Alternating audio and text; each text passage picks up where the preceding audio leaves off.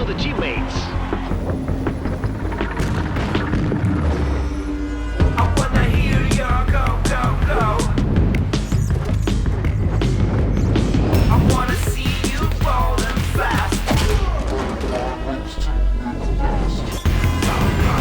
Win the round. Win the game. Pretty much. They play, you win.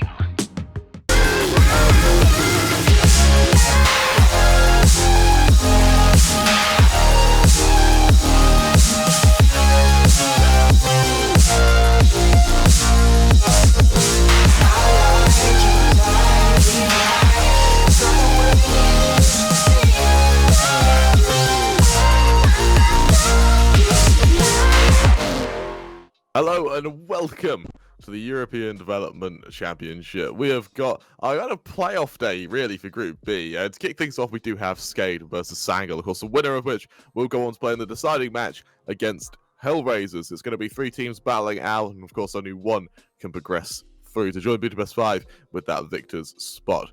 Of course, it's going to be an intense game, and of course, I can't cast you through it alone. I'm a caster Crema 3, and I'm joined by the wonderful M&J Casts. How do you feel about this one? I'm feeling really good, actually. Yeah, I'm feeling really good. We saw a really fantastic showcase of Counter-Strike yesterday, in which we saw Budapest 5 cause like a major upset, make it right through the groups. I don't think anyone was really expecting that one.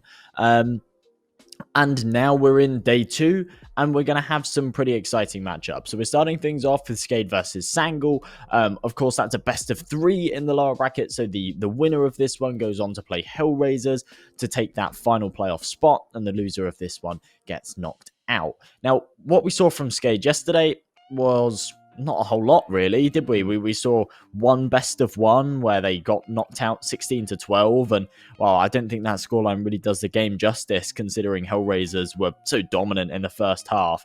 And moving into the series today, I hope that they've done their homework. I hope that they've kind of watched back yesterday's games and tried to fix some of their mistakes, because there certainly were quite a few of them. Absolutely, and something to highlight as well, yeah, we look over at the Budapest 5 Sangal game, in which Budapest 5, the reality is they kind of got through that by the skin of their teeth. They got to that 16-14 mark off the back of 2 1v3s, and just Torzy popping off. That man was insane for both that game against Sangal as well as that opening match against Hellraisers. And so, tell you what, Budapest 5, congratulations to go on through, but that means that Sangal, they may have a bit of a bitter taste in their mouth now when they progress to first best of 3 against SKADE. Yeah, but I mean, there's 2 things to take away from that, yeah? Firstly, Budapest 5, okay, maybe there's a bit of luck there, especially when it comes to those 1 versus 3s. But I think what's more important to take away from it is the fact that Sangal really choked under pressure. When it came to those later rounds of train, there were some serious holes, there were some serious mistakes that they were making, and that's what cost them to lose the 1 versus 3s. The 1 versus 3s weren't even in a position where maybe it's a T-side post plant. You can lose those, yeah? If it's a 1v3, there's a T, he's got the bomb down, all of the CTs have to try and retake the site. Even though you should always be winning it, it kind of tailors towards a team maybe making a clutch. Whereas both of the clutches were basically a situation where the CT had already gone into like a save position and then ended up pulling it off. Yeah, it was such like a ridiculous one where Sangal kind of just kept over hunting and things like that. And it really did show that in those later rounds, they struggled to maintain composure. They struggled to close out a game that was rightfully theirs for the taking. And yeah, hopefully they don't make that same mistake today. As we look at the pool come up, we're seeing Sangal pick into Inferno. No real surprise there. It's one that they're quite comfortable with, and especially after seeing SKADE's performance on it yesterday, I think they'll be more than happy to pick into it. And then we see Mirage come out from SKADE. Now, again, nice stronghold map for them, probably their best in the pool. In fact, not quite their best win rate in the pool, but that's Overpass. That was banned out straight away, but one of their best maps. And then that third and final of Dust 2. Tell you what, Josh, I see this going to a 3 map. I see this being a 3 mapper. For the most part, we take a look over to Mirage. That should be SKADE's map. Sangal, they play it a few times. I've had 10 games on it in the past 3 months. Only 30% win rate. SKADE on the flip side, 12 games with a 58%. This should be SKADE's map. It's one they're confident on. It's one of the highest win rates they have. And for Sangal, this is kind of a shaky map, which they sometimes leave in, but the reality is it's not a map they're strong on. We look over to Inferno. Again, Sangal one of their strongest maps. They're probably one of the strongest tier 2, tier 3 teams that play Inferno for the most part. So they're really going to be in a strong position on Inferno SKADE. Credit where credit's due, they are on a 60% win rate over 12 maps, but that doesn't really scrape the 75 win rate over 20 maps for Sangal. We look over to Dust 2. Again, both teams having played it 11 times. Sangal with a considerably higher win rate of 64 over 36. Yeah, I do kind of expect it to go Sangal's way if it ends up going to Dust 2. If SKADE want to win this one, I think they kind of have to get it done in 2 or pull out an absolute masterclass performance on that third and final map of Dust 2. We did actually see, we just missed it there, when the teams were up on your screen, you had the parry match odds at the bottom, and they were absolutely deadlocked. I think it was 1.8 to 1.9 or something. They probably couldn't be much closer, and I think that really does show that coming into this series, nobody really seems to know who's going to come out on top. When you look at HLTV, a lot of people are predicting Sangal again. But as I said yesterday, I think that's just the Turkish fans. I think they just go onto HLTV and they just root for their team no matter who they're playing. These guys could be playing against FaZe for all they care, and they'd still be rooting for Sangal. Without a doubt. And I'll tell you what, though. Assuming this goes to Mirage, right? If you're Sangal, what do you aim to do? Because you know you're going to lose the map, at least statistically. Do you expect them to just go for damage here? And if they end up on like a, say, 15x scenario, do they just allow this SKADE side to hit that match point, just thinking have a better buy in situations like that? Or are we going to see them fight through to the bitter end in a hope to maybe actually upset and take the first map? I don't really know what's in store here for Mirage. I mean, they're on an 8-loss streak, yeah? And some of those teams, admittedly, have been pretty strong. Yeah, we've seen Sinners, Endpoint, Gamer Legion within that mix. Sinners are actually a team that have just been on fire recently. I think they've breached into the top 30. I think they've even breached into the top 25. Yeah. So really doing some pretty crazy stuff.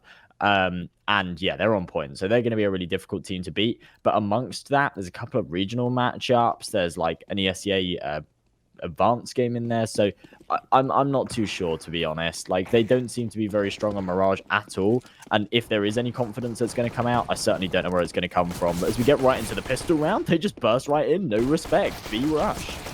Understandably so, Immel finds one chip to respond before Immel gets the next say of the matter. And well, he looks to have the final say of the matter as he opens up this site admirably. Denny saw his able trade on to one for Immel gets the next say of the matter. Immel on for the ace, and ace he provides. That's the way to get kick-started onto a map. And I tell you what, with Immel being that star entry frag for Sangal, he may have single-handedly shown SKADE that actually Sangal are here to play. I might just need to shut up before I get bullied by Twitch chat. Because, like, literally just before that, I'm like, coming into this map, they won't be very confident. They really don't have a very good track record on it. And then Emo just runs in and gets an ace. So, all right, then. Fair enough. Fair enough. I'll let him have it. 1-0 Sangal. They now have a major firepower advantage as well. As they actually head towards mid, they've got a couple of rifles to work with, so the range is there. But up against these deagles, they need to be careful. SKADE, very, very capable aimers. These one-tap potential pistols, very dangerous in the hands of some of these members. But Logic Man does open things up towards connector. Perfect flash on short, doesn't quite connect, and this is where the deagles become deadly. The silver lining for Sangal, though, is that they do have short control. They have B site control. Major, as he makes his way down in towards kitchen. SKADE probably aren't going to expect this whole position to be clear. If Ships hits this shot getting across, that he doesn't. But if he did, Paz was going to be in a lot of trouble. Luckily, though, he can just dive across the site. He can get a plant. He can snap a fuse on this round. And right now, it falls down to Major to try and hold kitchen with 3 players he can push straight into him. Yeah, Major is the massive danger man here. He needs to find at least 2, preferably 3 frags in this engagement, and he's only good for the 1. A lot of damage dealt, but with Paz so low on health and with a Mach 10 in hand, I'm really not sure what he can do here. They know exactly where he is. He peeks out, deals further damage, but can't connect onto duplicate, and that is going to be SKADE, bouncing right back. I'll tell you what, Kreml, we don't see this very often in Counter-Strike, and I feel like we've seen it every single pistol round over the last 2 days. Or pistol round without the conversion. Yeah. Yeah, it's really actually quite detrimental to this other side. And now that we have seen this exchange go through, we look at the parry match odds, and frankly, they're still pretty much deadlocked. We see favoring SKADE a little bit because they have just found that conversion, but for the most part, it's still pretty even. But if you think that Sangal are going to win this, now's the time to place that bet. So, of course, go to the parry match link below. You'll get an extra bonus deposit on your first deposit. So go ahead, do that, and, well, best of luck to you. Yeah, it's definitely off of the back of converting that second round. You are almost guaranteed a couple to string together with it. But unless Sangal can bounce back and give them a taste of their own medicine, I think that's what we're going to see here. Man advantage for SKADE. Make that 2. Engine does find himself another. So still keeping things contentious. 2 Galils in hand as well. Sangal have managed to retrieve the 2 rifles that they actually invested into this one and the last. Now have something to work with, backed up by some Kevlar as they head back towards the A site. Bit of a pincer maneuver, double-pronged attack, but as Duplicate takes the dink, no death, and it all comes down to Engine in a 1-on-3. I don't think there's too much hope here. This aggression was absolutely perfect towards Ramp as well by Duplicate. If Engine can find him, then he's got a bit of hope, but the reality is the timing's there. Duplicate finishes the job. SKADE make it 2, and as they find the conversion, they force Sangal down to an eco, allowing SKADE to get this game really kickstarted for them. Yeah, this is a good kickstart, and that's kind of the thing. That's where the odds reflect SKADE just being ever so favored after converting that second round, because as long as they follow through there in the third, then they'll be allowed a freebie here in the fourth. And not only does that give them a 3-1 advantage, but it also gives them a massive economical advantage. They've now got money behind them, and if they have a clean round here against the Glocks, which theoretically they should, then yeah, they're going to have plenty of cash to work with, a little bit to fall back on if needs be. And Sangal, realistically, with these pistols right now, it's all about damage. If they can find a couple of kills, keep this economy honest, then that will work wonders. And there's 2-1 leads for Emor. And that's the perfect opening for Sangal as well. 2 quick kills allows them to get these rifles, allows them to snowball, and frankly, it puts Oxygen very alone towards this B site as Sangal looks to push straight into him. 3 members coming up from under. Oxygen is positions known. Logic Man, AWP in hand, is going to look to try and catch him out, but it may not even matter. Emor up from short, looks to make it a third of the round now. And with that, Emor has proven to be that catalyst to kickstart Sangal's eco. Logic Man calls out by Duplicate, a wonderful peek by the Bulgarian player, but now as it goes 3-on-2, SKADE they look to kickstart this retake as quick as humanly possible. Emor as he jumps up, he's spotted out, but it won't matter as Major fires the first. Emor, hello, welcome to the game, and well, he has definitely shown up for Sangal. 10 kills in just 4 rounds off the back of incredible Deagle plays, and of course an ace in that pistol round. Unreal. Emor is just a man on a mission right now. You see him just tearing through the server. This is a full eco round. Everybody else only has Glocks. He's the only man that's justified investing into a Deagle, and we can absolutely see why. That is an unbelievable round that they shouldn't be winning, and it puts Sangal in a so much stronger position right now. They have a firepower advantage. Emor once again just firing through into mid, taking the first engagement and ripping the head of Rainwaker away. And this is just sensational. It's something to fear if you're on that side of SKADE, because the reality is Sangal, their inconsistency comes from players like Emor and Logic Man. Of when Logic Man can't get the AWP established, it can be a bit shaky. When Emor isn't hitting his shots, it's going to be a bit shaky. With 4 rounds in, Emor is definitely hitting his shots, and that genuinely is something to fear on the side of SKADE. Duplicate, Deagle in hand, mollied out from under. Engine finishes the job, and well, it looks like SKADE might just fall and stagnate here. The AWP of Dinosaur rings true though, and in a 3-on-4 it's a winnable situation, but Logic Man looks to make it look otherwise. Oh, there we go. Another 4-on-2. I think this might actually be a save call here from SKADE if they can't find a kill in the next few seconds. Oxygen coming in from Connector, hoping he can catch a man off guard, but Sangal are playing super disciplined right now. Logic Man's got himself in advanced position, but that's only to apply the pressure for Emor to come in from behind. And Oxygen now left on his lonesome, 1-on-3. I don't think he's got too much hope here, especially with his position now known. Sangal can converge all of their attention on Connector and make sure that he can't even escape, let alone clutch the round. There's no way he's holding on to this M4 and Emor. Oh my goodness, absolutely no respect comes in with the no-scope. If that doesn't speak for the confidence of Emor, I don't know what will. Sangal, they lead 3-2. They force SKADE down to an eco, and more importantly, they build themselves a significant economy to work on, especially if they can make this round clean. For now, it's going to be what looks like a bit of an ace stack from SKADE just to get into position, and fortunately for them, it looks like Sangal are just going to execute straight out into their arms, and well, we'll have to see if this is going to be a bit of a bloodbath, or for Sangal, that cold embrace of death. Look at this confidence again from Emor. He had an AWP in hand. Okay, he's dropped it to Logic Man. That's expected. But with 7k in the bank, he's bought himself a Mac 10. He knows that they're going to be up against an eco, and he wants to be that entry fragger, and he wants to farm up that cash. And that's exactly what he goes for here. Off the back of the flashbang, charges right in. Can't find anything. The Engine and Major are there to pick up the pieces.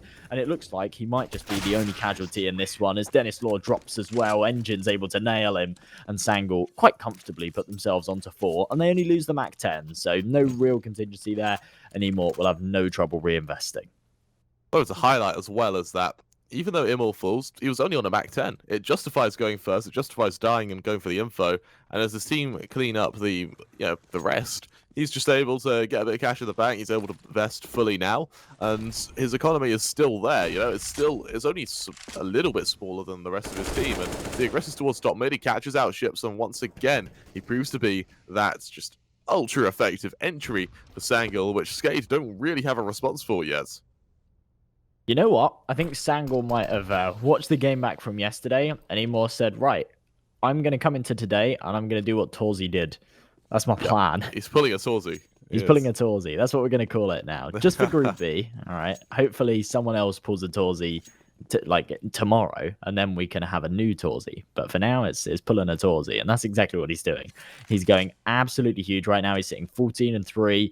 I mean, out-fragging anybody else on the server by a mile. And it's not just about how many kills he's got, it's actually the impact of them. He's been finding all of the entries, opening things up over towards middle and A. That's a nice kill from Duplicate, but with only 5 points of health left, he has to fall back and surely gets traded here. No, he's good for one more. He's able to do damage, but, well, until Oxygen trades there, they were still a man down. And Rainwaker, he's painfully alone towards Ticket right now. And, well, as he finds Paz, it's all on Imor, but what a man to have in the 1 versus 2. And I tell you what, even though he's in a tough situation, I bet you he's still feeling so confident. Rainwaker, he's going for the jump spot. Imor looks like he's going to go for the shot. Almost hits him, actually, with that. He's ready for the follow-up. There's none there. No, there's a quick scope onto Rainwaker.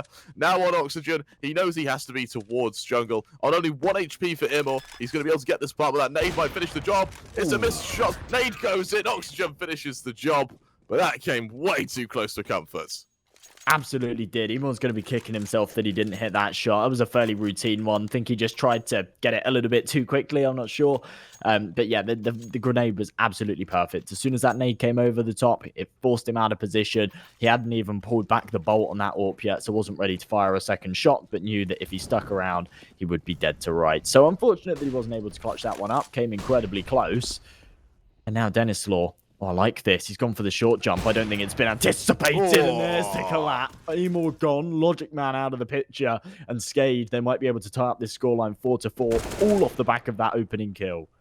Well, Engine seems to have other thoughts, though. A swift little kill onto Duplicate. It does allow SKADE, however, to try and aggress Saltman to get that utility, well, to get that weaponry. And now Dennis saw that AWP will be set up towards ladder. Again, these teams are shifting forward. Engine leading this charge.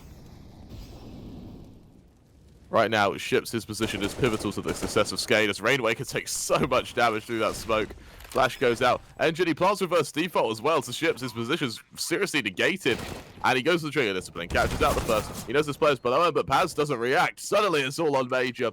The bomb's semi-planted for him, but that may not matter. Good for one. He's still got an AWP to contest with, and an AWP on this angle is just impossible to fight. He jumps across the jungle. He gives him a little bit of a window, but only a window at that. Molly goes down towards default to buy a bit more space, and right now space and time are the two things that Major have going for him. Flash goes out towards site Oxygen. He's able to spot out Major. He'll finish the job, and the defuse comes through. 4-4 now, as it's all tied up, and for Sangal, their economy not looking too good. It's not really at all, and SKADE are looking really hot right now. As you see that Hellcase banner pop up on your screen, make sure you use that code right there for your 15% bonus deposit. And remember, Hellcase, loads of cases, loads of new content every month, so make sure you go and check it out. As we come into round number 9 then, a fast B play for Sangal. They've still got money to work with. It's actually with the rifles, and it seems like, well, it seems like they were going to charge right in. Now they've slowed down. I think it's Emor that wants to try and take the first engagement, but takes a lot of damage from that nade in the meantime. Ah, well, that's an opening. If you're Emor, he shuts down Oxygen to kick things off, and Rainwaker, he's smoked out of position. Dare he shoot through the smoke? No, he doesn't. Instead, he goes for the angle he can, but he's caught out jumping as Paz finishes the job. And with that, Sangal, they may have found the chink in SKADE's armor. Ships elsewhere, catches out the first, looks for the second, goes for the third through the smoke. Not quite able to convert it, though. Instead, as more util goes down either way, Ships will have to eat that nade for his woes, but actually doesn't do too much damage. Instead, the molly forces Paz out of position as Duplicate's able to finish the job on him. And as Denisaur finds Engine, the retake from SKADE right now is absolutely phenomenal. Denisaur finishes the job, and SKADE make it 5 as they actually look to start really waking up to this map.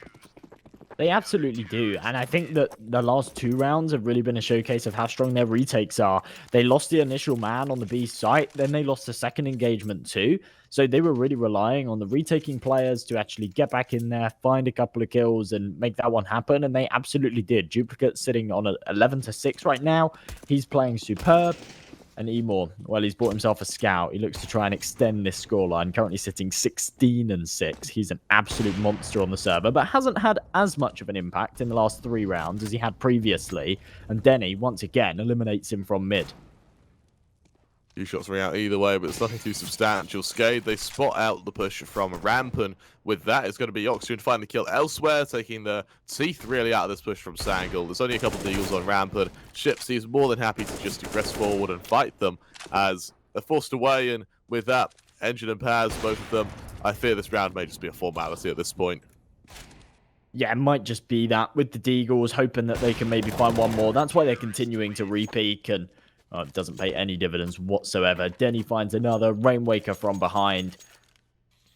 As we see these parry match odds popping up, they are starting to tilt in SKADE's favor. It's been a real back and forth affair at the start of Mirage, but with SKADE coming out on top and just looking like the better side in these last few rounds, it's no surprise that the odds are slightly tipping in their favor. If you fancy those odds or fancy betting on any other game throughout today, make sure you head over to Paramatch, click the banner below to get that special first-time deposit bonus when you sign up. What an opening pick from Denisaur once again.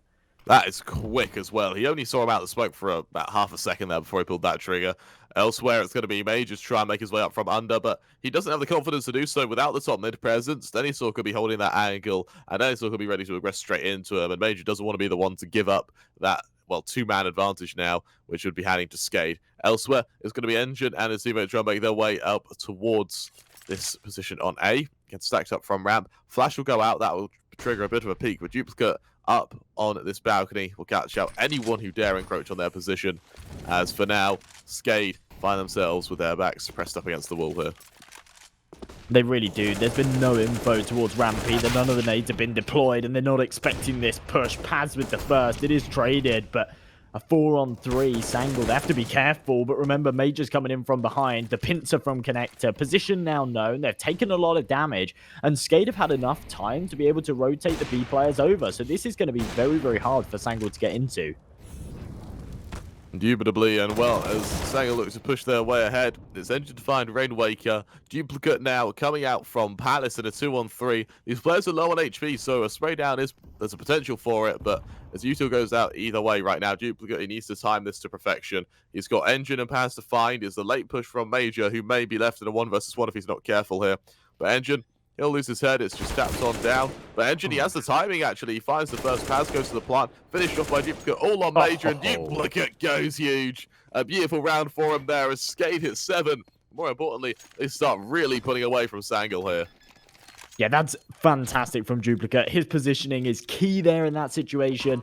And yeah, he shows us exactly why. Even with the timing not quite going his way on that first frag, beautiful stuff. All 3 kills found. We see that opening AWP shot towards middle once again. And yeah, look at this. Bam.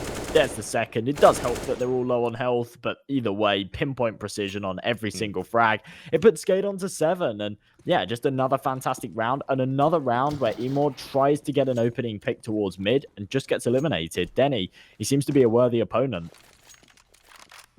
Well, I'll tell you what, as Denny wakes up as well, it's going to be so strong for him. Duplicate, he tries to go for a bit of a peek towards stairs. Doesn't catch out anyone for the time being, though. Logic Man, AWP in hand, will actually look to try and fight anyone who dare encroach on his position. And elsewhere, Sangal with control towards Apps are going to try and show a bit of presence and maybe try and duel ships this position here. As Ilmor makes his way towards top mid, Denny Slaughter comes out the victor in this duel yet again. And, you know, Ilmor, even though he was on 10 frags about 4 rounds in, he's now just completely stagnated. As SKADE, they really look to pull ahead right now, once again with a man advantage. Absolutely, yeah. SKADE, I think it took them a few rounds to kind of wake up a little bit. I mean, we do see this from teams sometimes. It seems bizarre because obviously they do plenty of warm-up before they come into these matches. But yeah, I think just actually being in that official environment maybe does just take you a few rounds to kind of get your groove going. And now they've got it. They just seem to be tearing. Major does find the opening pick, wins the duel onto Denislaw. There is a secondary AWP in the hands of Ships, making its way round to this A site, but they need to find the frags. They need to deny this bomb plant. And for now, it's looking like Sangal should be able to tap in these digits. Ships, no sightline on it, and jumping up onto the box is going to cost him his life. Was a nice shot from Major now, and as the re-aggression comes through, perfect read for him now. Logic Man left in a 1 versus 3. It's definitely not a favourable position as Nades pepper his position. Major gonna force him away. The up shots won't quite ring true, but they'll be enough to suppress him. Engine on the flank will look to finish the job. But Oxygen, at least ready for 1. He'll back away, and reality is SKADE. Their economy is fairly split. So Oxygen, he doesn't have any. Ships has a bit. Denislaw is doing incredible right now. As Ships got Rain Wake up. With the back of this buy, it might just be able to get a bit of a buy, but for the most part, the save drop is definitely going to help. It absolutely will, and yeah, as you say, Sangal, they are not going to hunt for it whatsoever. So that AWP, it will get away with this one for now. And with the money that they have too, they will actually be able to fully reinvest. Had they have lost it, they still could have bought another, but holding on to it means that that's $5,000 they're going to save. They can spend all of their cash on M4s, have healthy utility and whatnot, and this will be another real strong buy. As Sangal, they do look to try and close this gap. They now have the tools to do so, but they need to find the frags. And I think they need to have more success in the early round as well, because last round, they didn't find the opening picks, and it kind of fell down to Major to really kind of pick up the pieces and sweep up that last one. But to highlight as well as that, Sangal have no money whatsoever.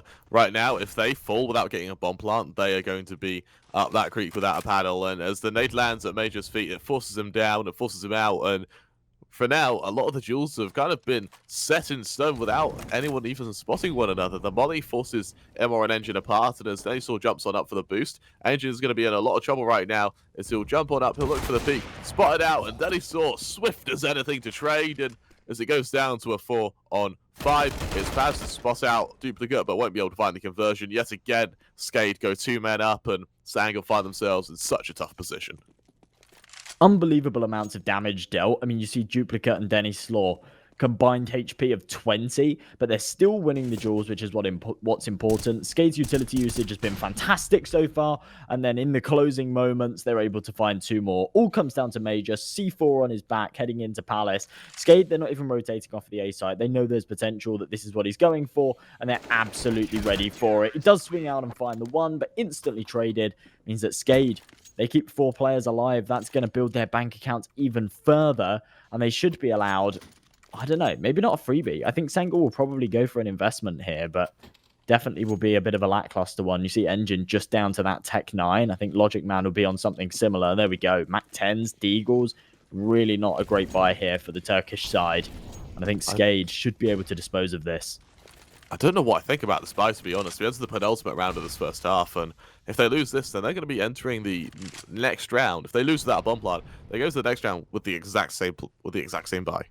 And I feel that really it's just going to be detrimental to them. They go for standard execution, but with 2 players towards mid, it means there's going to be a really fast rotation.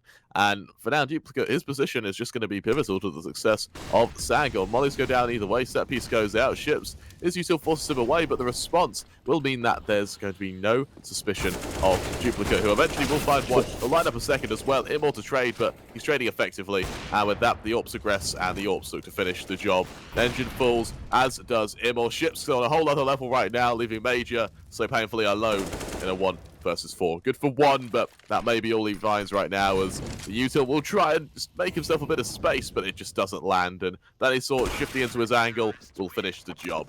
9-5 at the end of the, well, at the end, almost at the end of the half, and for Sangal, their buy is going to be shaky.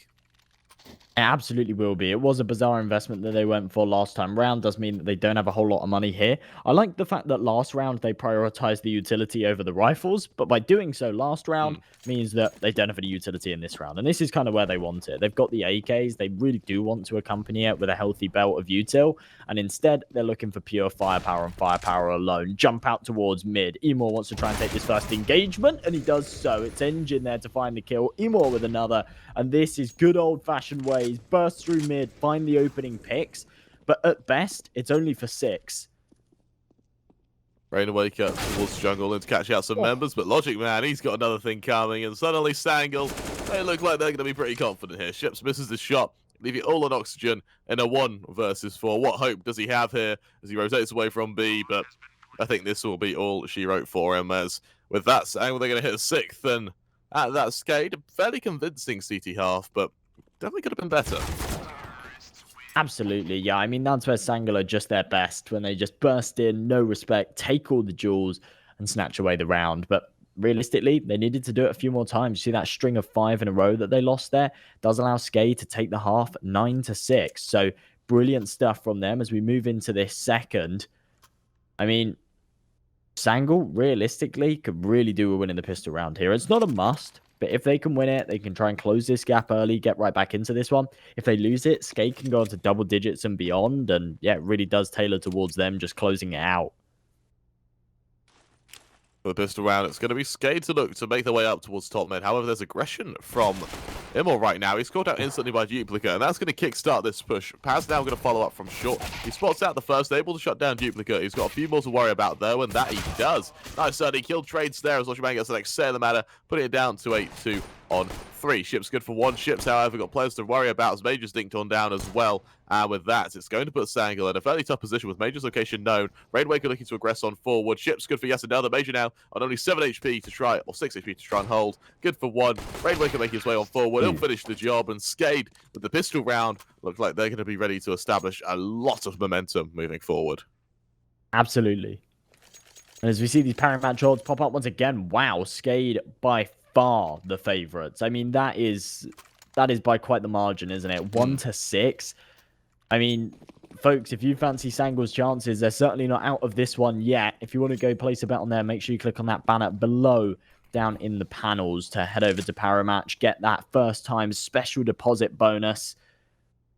That goes for any match throughout the whole of this season of the EDC. Also, as Oxygen pushes right through, wants to try and find this opening pick, absolutely does so. SKADE could easily be on for 11 here as long as they don't falter with these Mac 10s. Oxygen's able to find Paz. There's a bit of damage done elsewhere, but it may not matter. Oxygen, he just continues his rampage as he makes it another. But now, follow-up push comes through from Ships, making his way down in towards Window. He's got Engine to worry about, but I don't think either player knows one another's there, and I don't think either player suspects one another to be there. As for now, Engine, it's just going to be a matter of patience, really, and it looks like Ships might be the one to falter first. Sangal just looking for a couple of exit frags here. I'm not sure if Engine's position's actually known. I don't think it is. I think Ships just has a suspicion that there's someone around this area of the map. Doesn't want to drop and commit to it, though. Knows that if he actually swings that angle, it's kind of a bit of a 50-50 on whether he wins the duel against the 5-7. And that was incredibly messy from Engine. Unable to come out on top with that one, and it leaves it down to Logic Man. He has actually got something to save here. He's got Deagle and Kevlar to work with. So going into this next, he'll probably be the only man with a bit of an investment. We might see a couple of P250s come out, but I think that'll be all here from Sangal. For the most part, SKADE look to hit 12 now, and what will be their bonus round. Sangal find themselves in a lot of trouble. We do have a technical pause, though, so hopefully over on SKADE they can get those issues sorted out momentarily. We saw yesterday as well. It was one of the players of SKADE who had some routing issues to the server, so we had a bit of a lull while we waited for them to go and fix it. Well, Kremen, do you know what we haven't talked about? Because we're useless. Again, we have not talked about the fact, that the whole of the EDC is brought to you by Gaming Malta, the home of gaming excellence. They do so much, and they're making this one possible. And remember, it's something that was talked about a lot last season, is the fact that that what the whole EDC stands for, what it actually is trying to do, and it's absolutely awesome. That it's the European Development Championship, it's trying to bring newer, unknown teams up and try and give them a bit of limelight, a bit of a chance to prove themselves on the stage. I think Budapest 5 is a great example of that. I haven't seen them in too many tournaments recently, and they've come into this and they are absolutely thriving. And I think when you look at the whole closed qualifier process and the multinational league as well, which seeds into this, again, it gives these more remote regions an opportunity to qualify through and try their luck against some of the bigger teams. And once again, I mean, Project Diversio, we saw them last season, we saw them again this season,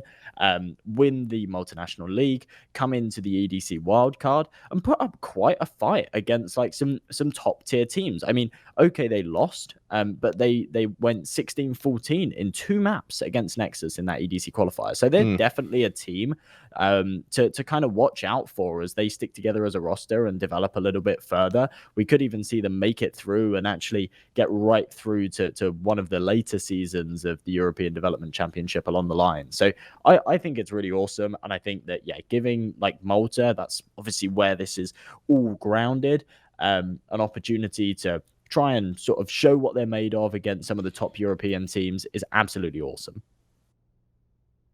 Couldn't have said about it myself. Absolutely right. It gives these teams a chance to improve. It gives them a chance to just show what they're worth. And I'll tell you what, we saw Budapest 5 do that the other day, or yesterday even. And well, let's see if they can do it again now. And what's going to be a bit of a scary showing, because the reality is, Sangal, they are a damn good team, and we know that they're a damn good team. But now that they've been actually put into this position where they're fighting for elimination, and for SKADE are up against them. They absolutely are. I mean, I'm not sure if this is just because it's Mirage. Yeah, I mean, we did say that SKADE would probably win Mirage. They're much stronger on this map than Sangal historically are. So, and honestly, Sangal just kind of suck on Mirage. I mean, especially going off of their recent performances and whatnot, they've been losing pretty much every single game. I'm sure they don't have loads of confidence on this map, and especially as they move over towards this CT side, in fact, they don't have a very good win percentage on either side. So, yeah, you're not going to be filled with confidence at all. But yeah, SKADE are just looking fantastic right now. And if they can carry this across into Inferno, then maybe we get a bit of an upset here. We'll have to wait and see. I'm just trying to work out, because I cannot remember, what side did SKADE start on yesterday in their series, their opening best of 1 against Hellraisers. Can we remember? Tell you what, you quickly do some filler content, and I'll quickly get it for you. Okay. All right. Because depending on what side they started on, because remember, in the first half, they were completely wrecked. They went like 9-1 down and ended up having like an 11-4 or a 10-5 half or something like that. It really, really wasn't good for them whatsoever. But then it was in that second half where they were really pulling it back. They were showing a lot of promise. And I think if they had a few more rounds to play with, let's say it was like a full 30 or something, I think they could have actually, they started on the T side. Okay, so that's interesting. So a team that probably quite evidently don't like the T side of Inferno, but if they can start off on the CT side, which they will be, considering it's their opponent's map pick, we could see something a little bit different. If they can get off to a good start, take some early rounds, maybe it builds that confidence a little bit. And Sangal, they seem like quite an emotional team. You see, when they start trailing rounds, they just can't seem to recover it back, and this is exactly what we're seeing. They've not won a single round in this second half so far, and SKADE, this is going to be their bonus, their freebie against the Pistols, unless Emor can pull off something crazy again like he did last time round. And as they've given up the A site, it's increasingly unlikely. My worry as well is that having to rely on someone to have a crazy round doesn't seem like a very strong game plan. And right now, Danny, so if he's flashed into CT, Immel's going to be in a world of hurt. He'll push on forward, he's caught out. Follow-up flash might be due for Engine, but Engine right now just hiding in the corner. Going to catch out the odd Khalil here or there. And frankly, why not? Yeah, that's all that SKADE really have to do right now. Just keep these pistols back. Sangal, if they're lucky, they might be able to find the odd Khalil, the odd AK. And looks like they might do just that. For now, the follow-up push comes through now, led by that AK, as Rainwaker finds one. With that, ship Steel like to strike as well, and, well, Paz, the job is finished. All on Major, he's spotted out, and it looks like he'll be finished as well. SKADE, they hit 12, and Sangal, they leave this round with diddly squat. Absolutely. And again, it's just about damage control there for SKADE, and they only lost 1 SMG. They were able to retrieve that fallen Galil. So, yeah, they're more than happy with that outcome.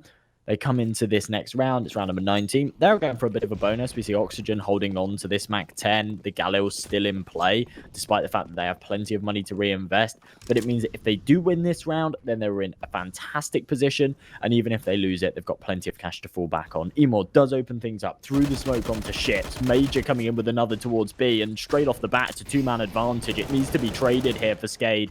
And Major is burning alive. He doesn't realize it. The smoke bails him out, but the bullets will fire through. 4 versus 3 now as SKADE start to backtrack away from this B apartments and see what they can get done elsewhere. I worry for SKADE at this point now because they have a semi-decent buy, but they've got no map control whatsoever. And Sangal have done a great job at just shutting them down before they can use any fast play. Bear in mind, though, SKADE do have economy. So they lose this, they're buying up nonetheless anyway. But Sangal, they're in a perfect position to try and, well, win around substantially and then use that to try and just snowball a little bit. Frankly, if they lose this one, then they could be out the game. But for Sangal, this could be their avenue back in their window of opportunity, so to say, as SKADE looks to descend on this A site. Absolutely, yeah. Especially if they can hold on to that AWP on Logic, man. That's something they won't be able to afford in the next if they lose it. And here on Mirage on the CT side, really, really important piece to the puzzle. Jump spotting in CT. He's got the supporting man in Palace, but as he gets deeper and deeper, as he gets spotted out, he doesn't have any support from this member. I think the engine will go incognito here. I don't think they'll be expecting him to be aggressed up in Palace, but as they start to fall back, he's the danger man. And has he been spotted? No, they've got their back to him. Oh, this has gone horribly wrong. Horribly, horribly wrong. That's heartbreaking. I believe it was Duplicate there. He had a molly in his hands, ready to cancel out that Palace flag. He doesn't throw it. Palace comes and kills them both. That is harrowing for SKADE now. As Sangal hits 7. Granted, they can rebuy, but it will leave a bitter taste in the mouth. Yeah, that's what I was thinking. When he pulled that molly out, I was thinking, has he seen him or something? But no, he kind of entertained the idea of throwing a Molotov, then maybe opted against it, thinking it's pretty unlikely that he's pushed into Palace. Maybe something else, just how, I don't know. I don't know what goes through these players' minds, to be honest. But it's unfortunate. Had he deployed it, round could have played out very, very differently. Small gap in the smoke, Logic Man can see through it, and I think that SKADE are wise to it. So they're going to fall away off of that one. Don't want anything to do with mid for now. They're going to retrieve that bomb, and looks like they're going to reconvene towards this A site where they'll be going for an execute. 4 AKs and AWP on Dennis Law. Plenty of utility to make this one happen. They just need to win the gunfights. Sangal ready to push on ahead.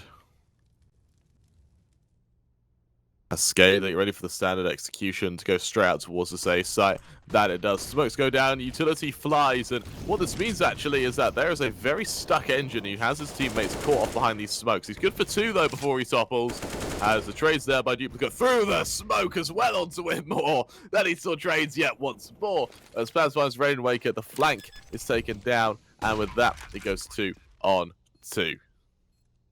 Very winnable situation here for SKADE. Very winnable situation for either side. They just need to play their cards right. Plenty of util here for Sangal. And as they spam through the box, Denny takes further damage. It's kind of on Duplicate's shoulder right now to make something happen. The nade comes over. Tickles further. Duplicate, there's the first one. Now into a 2 versus 1 situation. Paz, time pressure mounting against him. He needs to find both the kills. He knows where they are, but they're just not peeking. There's the first headshot, and Duplicate just needs to buy the time. Dancing around this box, toying with his opponent as he buys just about enough. Deals the finishing blow, retrieves the AWP, and clutches it up for his team. Puts them on to 13 rounds, Kremer. This is getting close to the end. It's absolutely perfect by SKADE as they look to make it 13. And for Sangal, they may be running out of options if they're not careful. They go down to the Deagles, they go down to the odd bit of armor, and that allows SKADE to just inch that bit closer towards the finish line. Early top mid smoke goes down. It looks like SKADE can go for a very heavy mid presence right now. Granted, Immort, he can get up with this AWP, but seems to only be a hero AWP right now as the rest of his team, they only boast Deagles and the odd MP9. Sometimes when you watch Emor, you can actually kind of see the frustration in his playstyle. You can see sometimes he'll go for like a crazy pick and he'll find these opening frags, and sometimes he'll go for something aggressive. It doesn't work out for him, and then he'll kind of go for it next round again. It doesn't work out for him again, and you can just see that frustration. Major getting aggressive with this Deagle, going to be caught out by Rainwaker. That is a lightning fast flick from Emor. Wants to try and follow up for more. There are still 2 members towards mid, and he needs to be careful of Oxygen coming up lower. Is aware of it, but as the flash blinds him out, Oxygen's able to find the kill, bring it back into a 3-on-3. And SKADE at a pretty big advantage here, especially considering they've got all the guns to work with. How's going to catch out anyone who comes his way. He spots that Rainmaker. As Rainmaker swings, and that'll finish off Paz. The push comes through, and even though Sangal did a great job to trade evenly, as of right now, it may just be a matter of saving these guns, especially once that bomb goes down.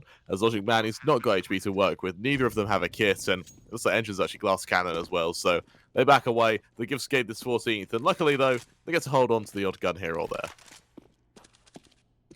Yeah, I mean, saving this AWP, grabbing the AK, works wonders for them. Means that they actually have something to work with in the next. I think they'll have a little bit of cash to try and invest around here. Engine actually staying alive can drop something over to Paz, so I think we'll probably see a buy come out from Sangal in the next. But yeah, SKADE are going to be on to 14 rounds. Sangal needs 7 in a row to level up the scoreline. They need 9 in a row to take this win in regulation. And yeah, that kind of becomes increasingly unlikely as we get further and further into this. SKADE, they've just taken control of this game, especially in the early rounds of this T side. They're looking fantastic. And as we see these parry match odds come up, they certainly reflect it. That's the most one-sided I think we've seen them over the last 2 days. Yep. It's horrific, really, for those over at the side of Sangal because, well, frankly, they are caught as a rock in a very hard place. Of course, if you think Sangal can gun back, go place your odds. Go place your bets over at Parry Match because, of course, you will get that wonderful first-time bonus deposit with your first deposit. But now, SKADE, as they drop a bit of util towards top mid, it's just going to be a single presence shown. That single entity being ships. As elsewhere, we see them stack up outside A, getting ready for a standard take to try and shut down Sangal once and for all. If they can win this round, I think it might just be the final nail in the coffin. Double up setup here for Sangal. 1 on Logic Man, 1 on Emor. But the headshot from Rainmaker, it's too quick. Emor's not expecting him to come through the edge of the smoke. All falls onto Engine's shoulders, and he's only good for 1. This is all falling apart for Sangal right now, and this could be the final nail in the coffin. Couldn't have said it better. Logic Man is peppered down low by these nades. SKADE in after plant positions already. There's already a flank from ships, and right now Sangal, it's going to become a fight for this round to a fight for their lives as they'll attempt to hold on to these guns. But the reality is, with this flank from ships, they may not be in a very strong position. Baz slowly inkling his way on forward, just teasingly trying to get an odd pick. Rainmaker might be shot from behind if he's not careful, as will Denny's Slaw. As Paz finds the first, this will suddenly Slaw into the open, but Ships' flank comes into fruition. First man falls, second man not quite spotted out as it's Denny's Slaw to find his major trades onto Ship. Last man, all on Paz, caught out by Denny's Slaw. It's a perfect round by SKADE, a 15th at that for Sangal. They move down to a bad bye. They had like a big decision to make there in that final round where, or that prior round, I should say, where they either needed to go and save those 3 weapons and have a decent investment to work with here in the 23rd, or try and go for the clutch, try and go for the retake, and yeah, just keep your fingers crossed. They went for the latter, and as the bomb started to beat faster and faster, it just became less likely. But Emor, what the hell was that? Right through the smoke. That is unbelievable. To be able to hit shots like that and find those opening men just with ease. I mean, I just don't get it. I don't know what this man is on right now, but he's on another level.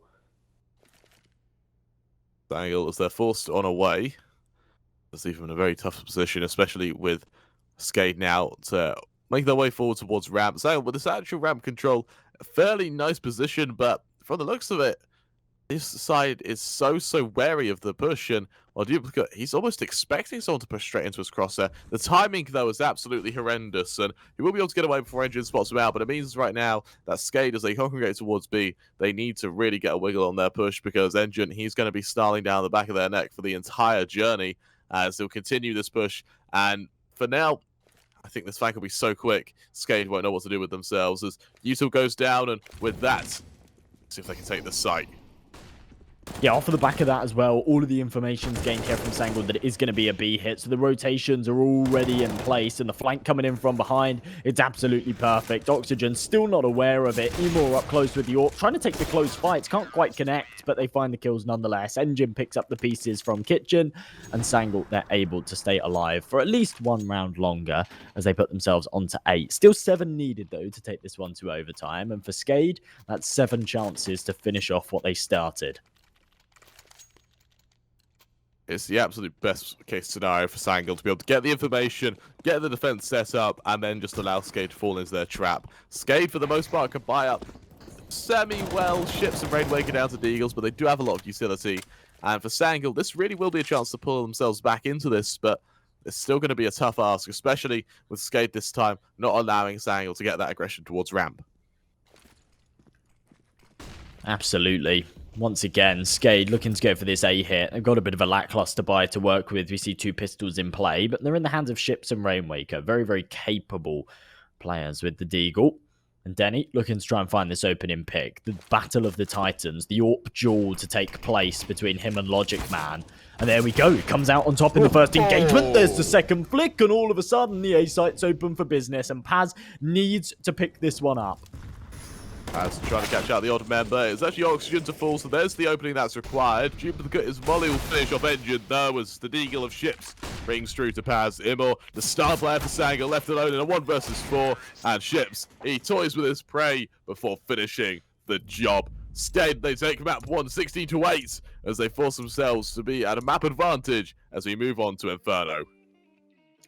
Well, that was pretty unbelievable from SKADE. I was expecting them perhaps to win Mirage. I certainly wasn't expecting it to be as one-sided as that. 16-8. And remember, they can carry that momentum across to the CT side of Inferno.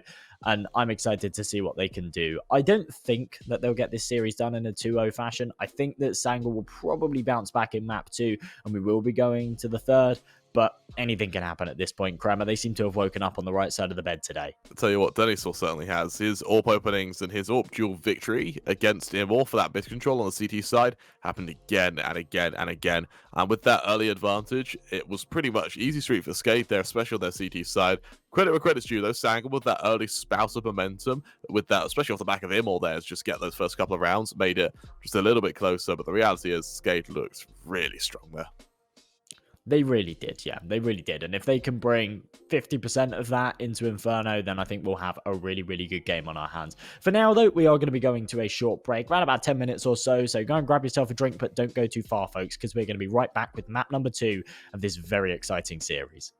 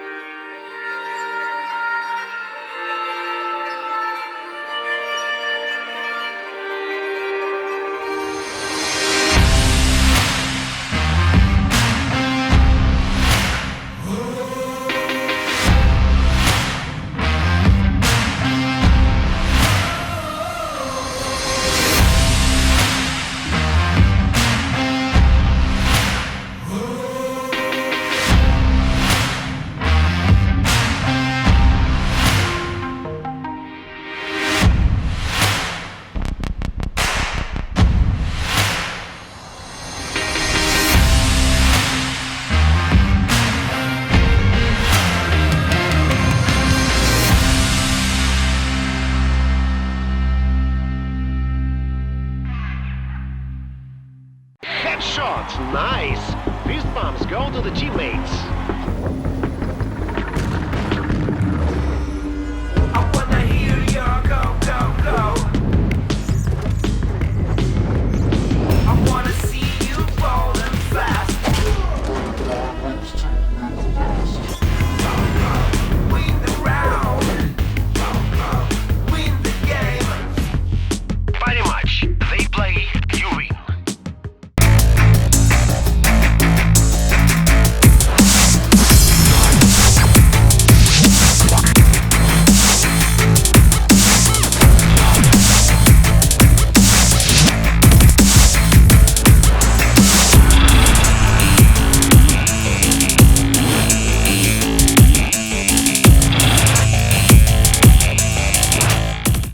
Hello, and welcome to the European Development Championship. We've just seen an incredible game in of which SKADE were able to topple Sangal 16-8 on their map pick of Mirage. Can they continue that form, or are we going to see them falter and allow Sangal to call their way back in once we move on to Inferno?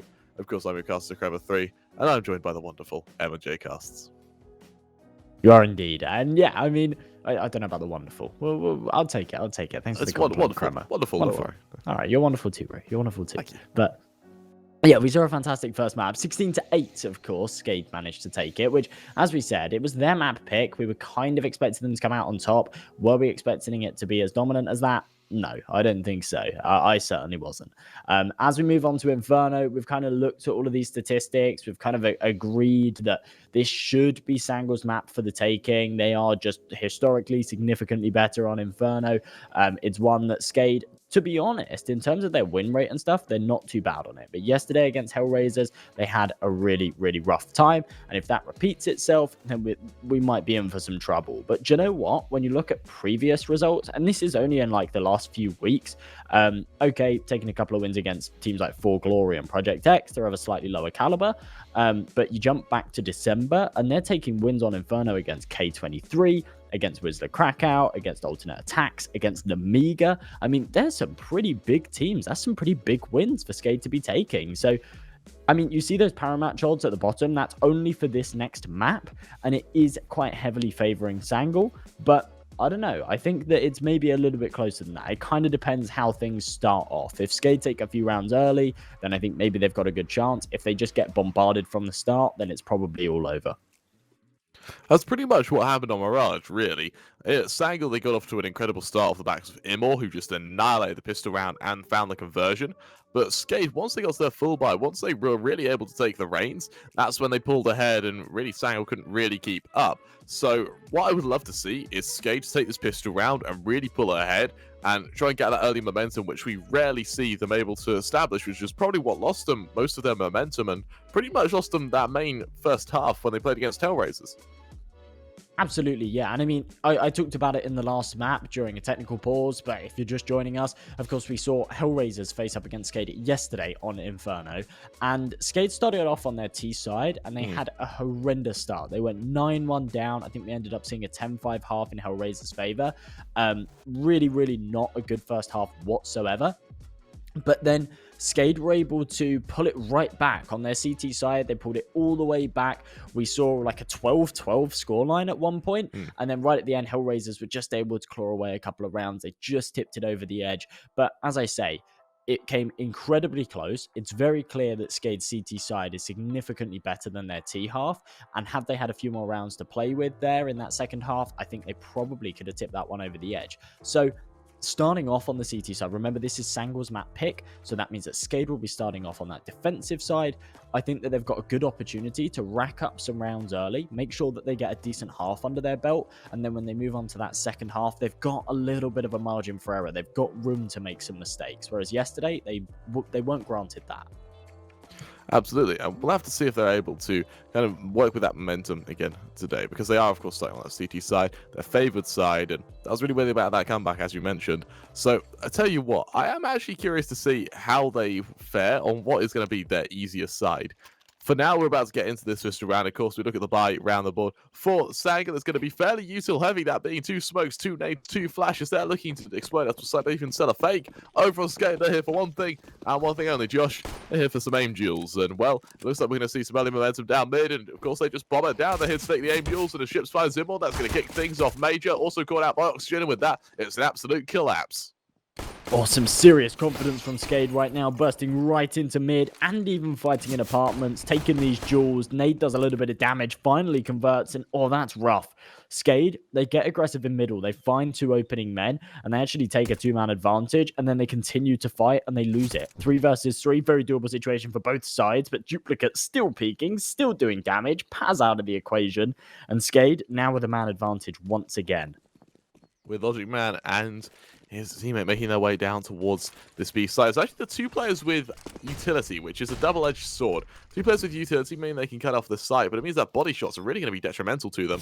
Plant goes down, and well, Logic Man, he's actually able to hold it. Engine able to defend him admirably as Denisaur falls, and with that, the push comes on out. Engine, another great shot onto Oxygen, and as it falls down to Duplicate in a 1 versus 1, he suddenly finds himself in a world of hurt. Spotting out Logic Man, tries to do damage wherever possibly, knows the location of both members. He just needs to try and pressure down these 1v1s now. As Logic Man spotted out, he'll flash his way on forward. Duplicate, can he hold? He's got 5 bullets to do it with. Now just 1 bullet left in the chamber. Misses his shot, forced to reload, and this should be the end of it for him. However, he fires the first, turns around, looks for a bit more, but timing isn't a blessing for him. He's forced away, and with that, it's going to be Sangal to take the pistol round. Oh, that's such a huge mistake there from SKADE. Even, I can't remember who it was. I think it might have been Denisaur towards the back of the site. Denisaur had the option to either kill the low HP player, then kill the planter, and that would have been round over. But instead, he decided to sort of neglect the player towards Banana, swing to try and deny the plant, takes a bullet to the head instead. And I don't think he realized that they were so low. He could have done both. He could have done both, Kramer. Instead, he prioritized denying the plant, and, well, it cost him the round. SKADE 1-0 down. Not the start that I think they were hoping for, especially after finding a 2-man advantage in that pistol round. I mean, Sangal, credit where credit's due. They did a fantastic job of converting that one, getting that C4 down on the B site and making that one happen. Nice opening pick from Emor here. Starting off as he started on Mirage. Let's see if they can continue to steamroll this one. That's going to shift on forward, see if he can catch out Rainwaker. He spots him on the shoulder peak, but Rainwaker doesn't tease a peak.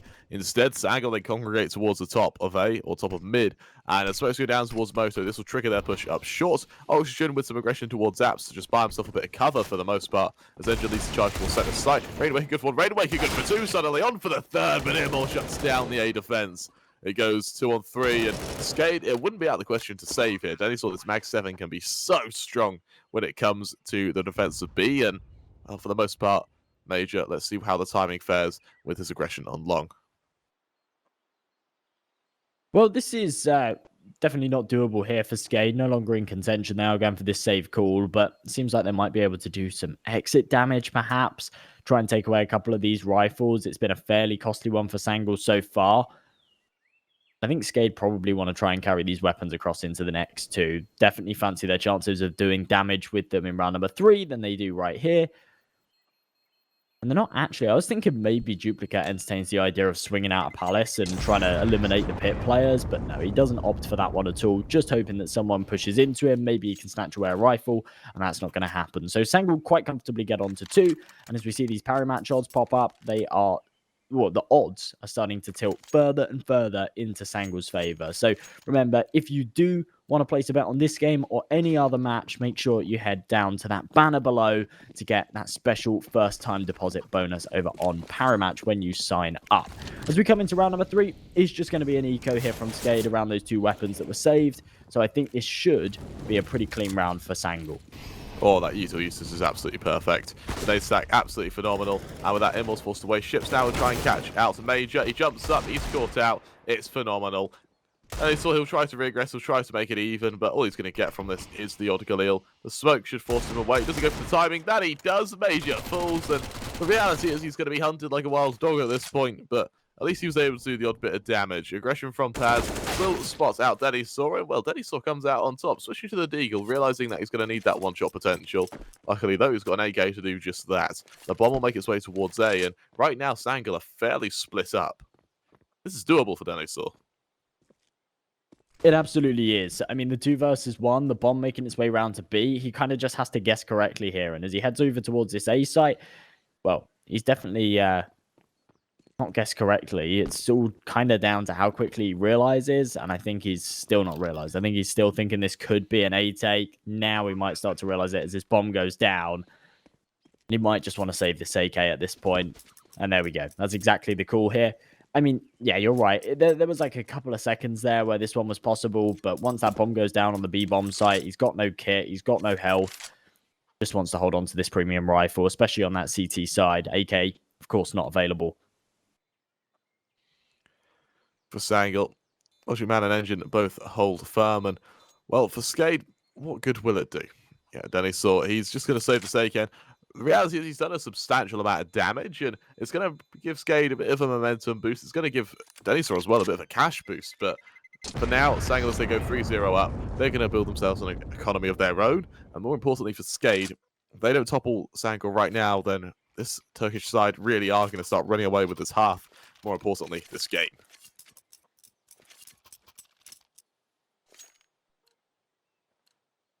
Yeah, I mean, we literally said 10 minutes ago, not even that, 5 minutes ago, that SKADE have to get off to a good start here on Inferno to, I think, build the confidence that they need to be able to take it, and that's just not been the case at all. They lost the pistol, they were unable to get any of the follow-up rounds, they're now 3-0 down. In the bye, this is where they have to put their foot down and bounce back. Of course, Sangal have actually got enough money to reinvest off of the back of this, even if they do lose it. And, oh, this early nade damage. On Inferno, probably the most utility-heavy map there is when it comes to that offensive util, those nades, those Molotovs. But, oh, it can be so disheartening when right off the back of the start of a round, you just take 92 damage from a grenade, and you're pretty much eliminated from that point forward. Denisor waiting for Sangal players to push into his crosshairs. A few who are going to ring out shots, but as the peak comes towards short, this is really where Denisor's going to shine. Does he go for the aggression? He hears the players around him. He hears them jump up.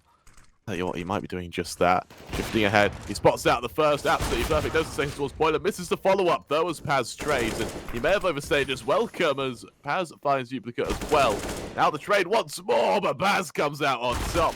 We need to see something incredible from Oxygen, and unfortunately Engine finishes the job. And for SKADE, that's going to be a fairly tough round. And I feel Denisor definitely overstayed his welcome there on short, as Sangal looks to hit 4 now.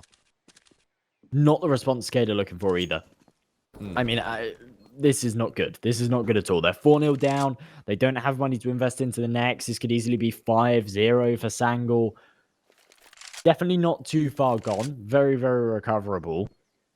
But SKADE are losing in quite a tricky fashion. I mean, they're not finding any kills. That's kind of the issue. You can always tell how close a game is, even when the scoreline's incredibly one-sided, by how many frags one side has found. And SKADE, they're finding like 1 or 2 in these rounds, and then just getting completely demolished. It's really proving to be very, very detrimental to them. For the most part, we might see Sangal go ahead, and the reality is, even though they have lost a few players, it's not many. It means their economy is thriving. We're only 5 rounds in at this point. They've all got about 3, approaching 4K in the bank. Engines are 7.7 at this point. SKADE, they can justify pistols and armor brought up around most of these guns. There's the AK on ships. Denisor's got an AWP again, but it may not be too much avail. But Denisor finds the first now, aggressing towards second mid. And this is my worry. Overstaying is welcome. Granted, he can find Engine that time, but Logic Man trades, and the issue is SKADE don't have weapons to support it. He's left the Deagles and alone with a single AK to try and topple a full buy of Sangal.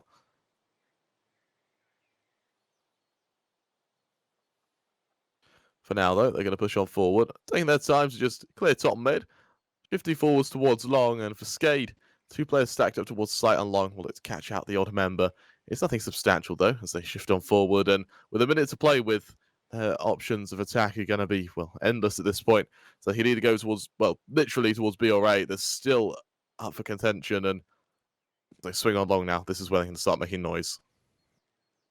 Well, up close and personal, with the crossfire in play, these Deagles could be deadly, and there we go. Rainwaker, who spotted out the first, entertaining the idea there could be a player on short. He's absolutely wrong, but his teammate's there to support Oxygen with the 1 dig. Rainwaker with another while flashed. Does get traded, but a 2-on-1 for Major to now clutch up. Ships on the fast rotation, an AK in hand, and it's not needed. Duplicate too quick to the trigger. What a finisher. SKADE, they put their first round on the board, and they do so with style, with the Desert Eagles in hand. Tell you what, as well, even though that aggression towards mid, I didn't really like from Denisor, it did build confidence, and it means that now he has this up. We might see a banana peek from him now. It looks like he's going to aim for just that, and for Sangal, this is definitely something to fear. They can buy up, no issue whatsoever, but Logic Man, he's down to 0 with this AWP, and Engine, that 7.7k economy, has slightly been nullified. Here comes that aggression from Denisor. He knows Logic Man's there. Does he peek into him? No, he doesn't. He's forced away eventually as nades continue to pepper his position, but for now, Sangal, at least their top banana control has been refuted. It absolutely has been. I'm not sure how Sangal respond to this one, to be honest. They've taken tons of damage. They've lost their entry fragger. Logic Man, I suppose he's got the AWP, so the damage doesn't make too much difference as long as he's got those snappy reactions. And well, now that Paz's position's known, they will flash through. It's not even going to be a flash, it's a nade. It does the same job. Oxygen can swing out and find the headshot, and Sangal, right off the bat, they're kind of already out of this one. 5 versus 3. Logic Man still only on 7 points of health. And they are going to regroup, head towards this B bomb site, but that's where Ships and Duplicate are patiently waiting to shut it down. SKADE, they are in a perfect position to refute right now. Again, both stacked up towards site, meaning that once mollies go down, they won't have to shift too hard. The crossfire's there, both players ring out shots in unison. Ship's good for 1. He's forced on forward, but Duplicate's there to cover him. All on Logic Man, low HP, and he's only good for 1. This gives SKADE now an option for a double op setup. They actually turn away from it. I think Ships, he was screaming to his teammate there, do I get it, do I get it? But he didn't get an answer in time. As Sangal, they go 4-2 up, and it forces SKADE to a bit of a tough position, well, a bit of a strong position now, my apologies. As Sangal, they buy down to what is going to be just the best buy they can muster, really. Tech 9s, the odd AK, the odd Mac 10. This is SKADE's chance to reset them and find that bonus eco to build some more economy for themselves.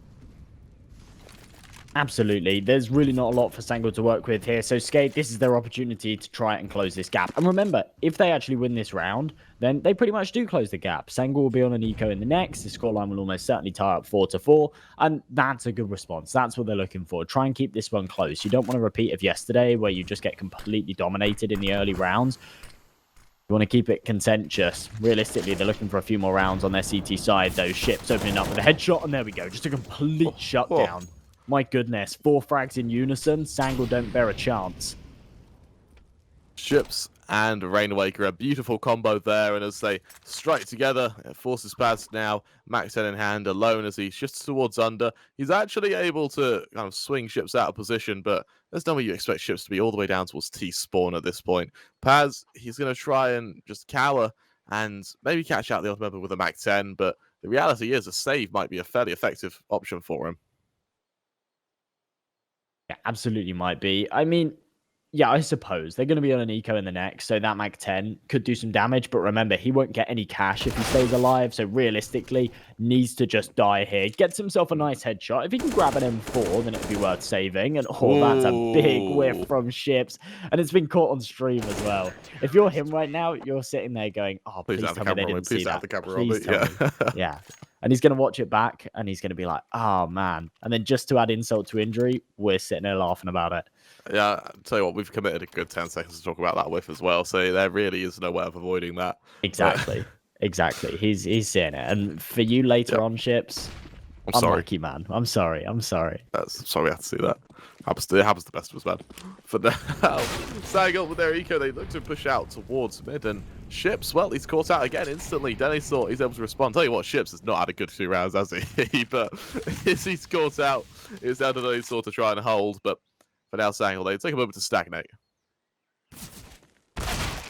Yeah, off of the back of finding those opening kills, you do need to reset. You need to make sure that you're a team with the ability to do so. If you continue to over-aggress, then it can certainly cost you. They've got banana control, and with no deep smoke, they've actually got a sight line to just take the engagements. Oxygen finds another in the meantime. 4 versus 2 now as Major continues to creep up. He's actually got no Kevlar to accompany this AK, so he's pretty much dead if he takes a bullet anywhere to his body, and somehow still staying alive. Goes for the secondary swing, does get eliminated, and it does now all come down to Paz. 10 points of health, a deagle in hand, and 3 players to find. However, remember, this deagle is a one-shot kill to 2 of these players. So this is somewhat doable at the very least. I'm expecting him to maybe do some damage.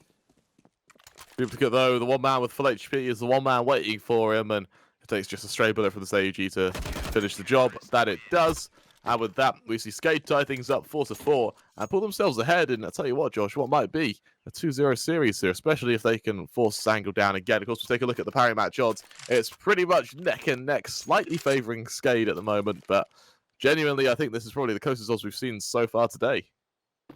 Absolutely, yeah. And if you want to place a bet on either of these 2 teams at this stage, it's super contentious. I certainly couldn't tell you who's going to come out on top in this match. Then make sure you click that banner below to claim your first-time deposit bonus on parry match. And look at that opening pick with the flash as well. Denny, blinded, finds the first man, and he's able to fall right off of it off the back. He's got support from his teammates too. If he wants to double dip, they can pop a flash in. Instead, it ships to get up close and personal and take another engagement. It's a dangerous game, but if it works out, it pretty much secures the round. Logic Man, he'll get ready to try and push ahead. Nothing too substantial, and as we wait to see just what they have to see just what SKADE look to bring to us. As Sangal, elsewhere, aggressions come up from short, and this forwarded position by Paz will trigger a bit of an execution. Rainwaker will just be flashed to a bit of a peak. Molly goes down by Denisaur. He tries to shift on forward, but right now the Wombo combo is ready. Oxygen on balcony right now. His duel with Paz is going to be everything. Yeah, this could kind of make or break the round.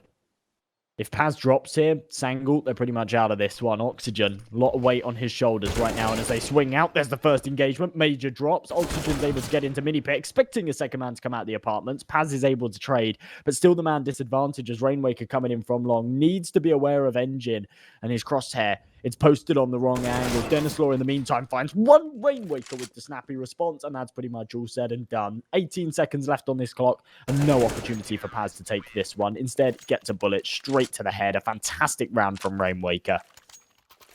That's it. SKADE, they make it 5-4. They take the lead, and they really start to embed a strong CT side for themselves. Sangal, they go down to pistols and armor. I expect to see something fast from Sangal, potentially a B-rush, maybe an amps dive. But nonetheless, that kill from Rainwaker there to get the bomb down, single-handedly won them that round. It caught out the rotation, and well, for the most part, he was the lone defender of that A site. He absolutely was, yeah. I mean, he was that anchor man, had to do some damage or delay some time, and he did exactly that. And the utility, once again, right into Banana. Gets Major down to 13 HP and tickles some damage elsewhere too. So, yeah, those M4s. I mean, remember, if you get an M4 and you do some damage with the nade, even if it only does 10 damage across 3 players, that M4 then just becomes deadly. One-hit headshot. There's no disparity there between the M4 and the AK. So really, really impactful stuff. And off the back of it, we do actually see a little bit of aggression and a couple of kills come through. I like how they go for the CT boost as well. They know that Sangal, with no utility whatsoever, are just going to look to just swarm in. Denisaur, he'll scope one up. If he falls, he's got the position of ships there to help out. Denisaur so quick with that kill. Fires another as well, all on Logic Man. 1 versus 5. He picks up an AK, great, but what good will that do? As right now, looks like Denisaur might even just peek straight into him. And Logic Man just shifting forward. He's spotted out. And Denisaur uncharacteristically misses a shot, so it does give Logic Man a glimmer of hope, but on 7 HP. What is he going to do? Ships finishes the job, and SKADE, they cement their lead a bit further as they lead 6-4 now, forcing Sangal to their next full buy. Well, as we see this Hellcase banner pop up, make sure you use the code on screen if you want to head over to Hellcase and check out their new cases. They've got so many worthy skins, loads of cases to choose from, and new content every single month. So go and check that one out. But as we get back into the game, round number 11, SKADE, they lead by 2. And remember, this is their opponent's map pick, and they are filled with confidence right now. Rainwaker, once again, getting aggressive towards mid. Unfortunately, can't pick out the first head, and as soon as his position's known, he is prey. He's bait to Paz, and, well, they are actually falling like flies here in this one. Not going their way whatsoever. This is definitely something to fear as well. Duplicate through the smoke is able to catch out Paz. That's the opening that they desperately need.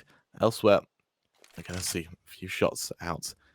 Either way, as Duplicate will try to get his way in towards the library, but SKADE now a man down. Certainly have stuff to fear, as it looks like Sangal, they're just going to turn their attention back down towards B. Understandably so. I think Oxygen would have heard them rotate, though, but he needs to be sure. He needs to confirm that it's a rotation, and as Sangal turn their attention down towards B, SKADE are going to be late on the rotation, and they're going to have to play retake here. And even then, Oxygen still hasn't shifted from pits. I mean, this was a bit of a 50-50 gamble, and Sangal guessed correctly. SKADE stuck around on that A site for a little bit too long. Now, maybe not an impossible retake, but a very, very difficult retake. The C4's down on this B site, notoriously tricky site to get into. Smokes are posted. There's still plenty of utility in hand as well. They can continue to deploy these smoke grenades, and I just don't see a way back in for SKADE right now. If they had some flashes, if they had maybe an incendiary grenade, this could be possible, but without it, I think they're just looking for some exits right now. Try and keep Sangal locked onto the site. Try and deny them from saving these weapons. They know that their economy is not too strong, and that's exactly what they're going for, but they're unable to find anything. Logic Man deals a headshot, and Sangal, they're on to 5. Beautiful stuff by Sangal there, and as they pull ahead, they also give themselves a really, really strong position with what will be a couple of rifles, the odd bit of util, and more importantly, they're able to establish themselves a bit of momentum.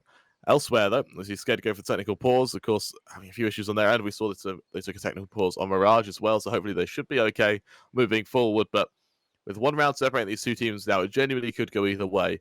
And I'll tell you what, Josh, if you're Sangal, how many rounds do you want on your T side of Inferno for you to be comfortable? How many rounds? I don't know. Probably, I mean, here I'd say maybe 7 or 8. Maybe 7. I think 7's probably the benchmark.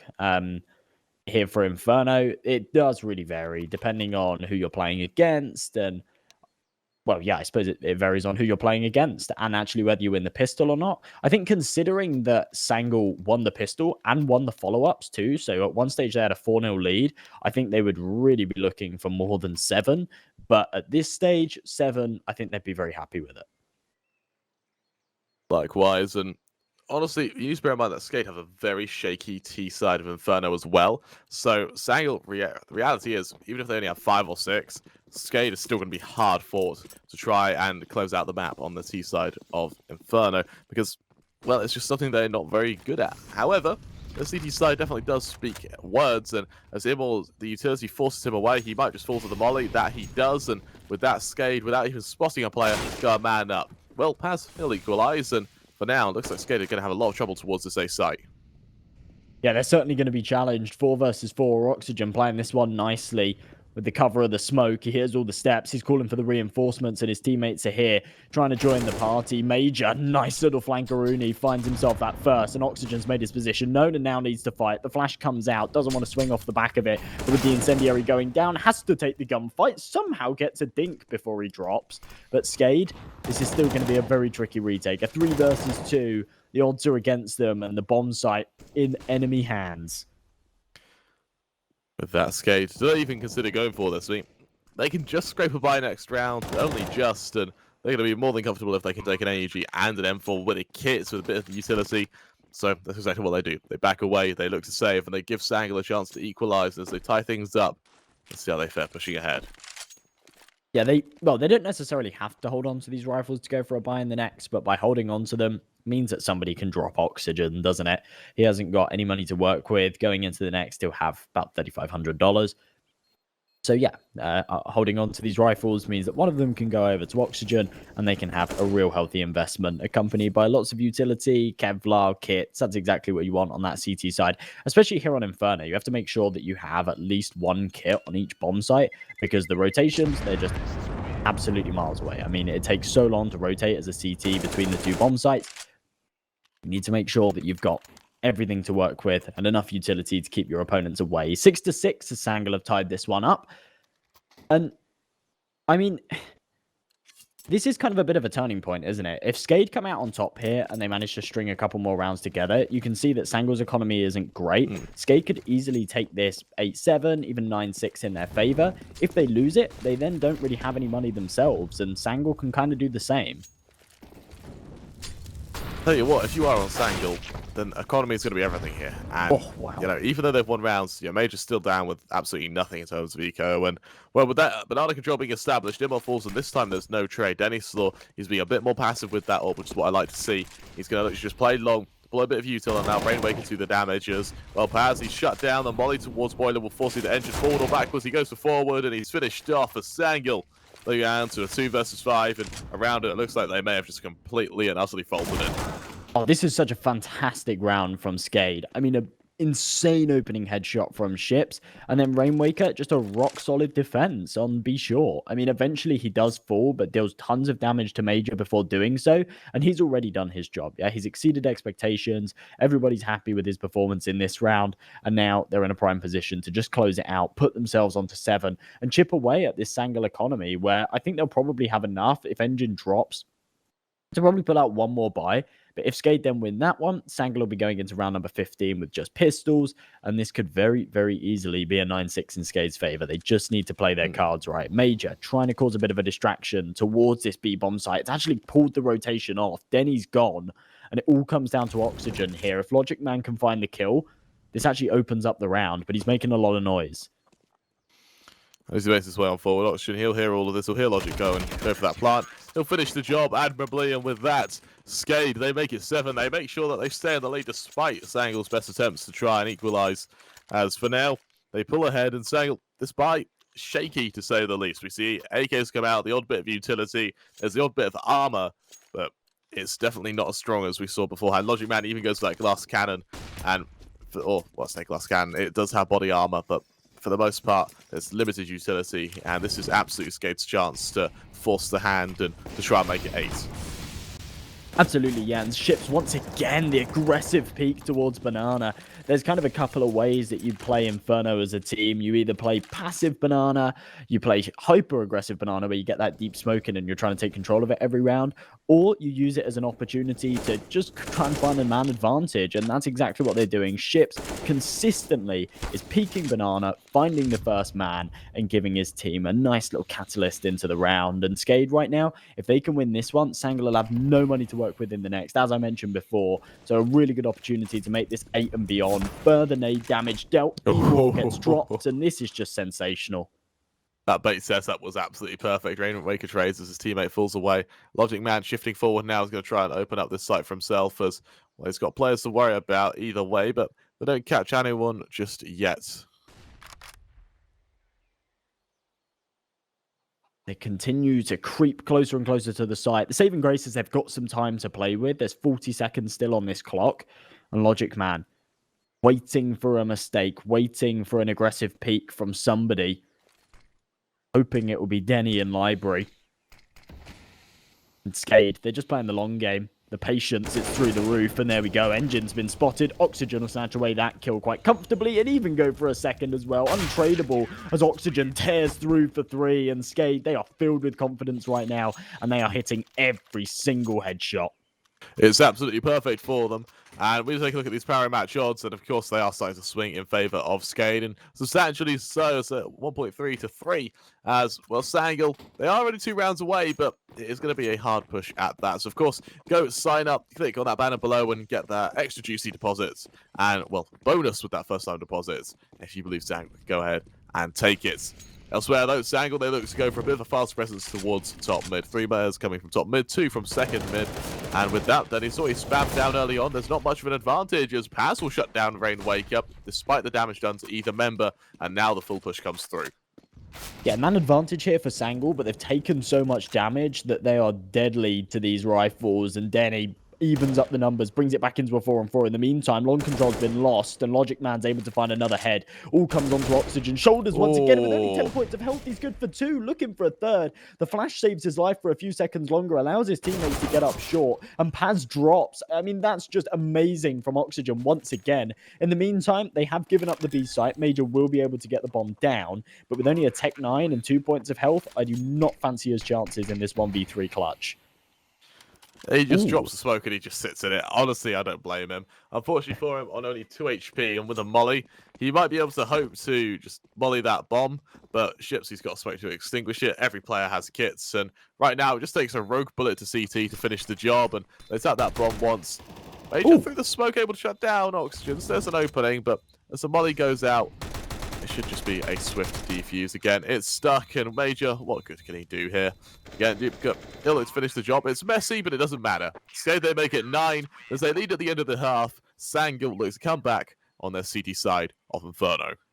Actually, not a bad attempt from Major there, is it? To be honest. Yeah. With 2 HP and a Tech 9, I wasn't expecting him to get anything done there, and it almost looked like it was possible. SKADE, though, they do what we mentioned before. They take it 9-6, and I mean, that's fantastic. That's what we talked about before. If they can get off to a good start, they can take a good half on that CT side. It gives them some more rounds to play with when they're on this attack, and that was like the major issue yesterday.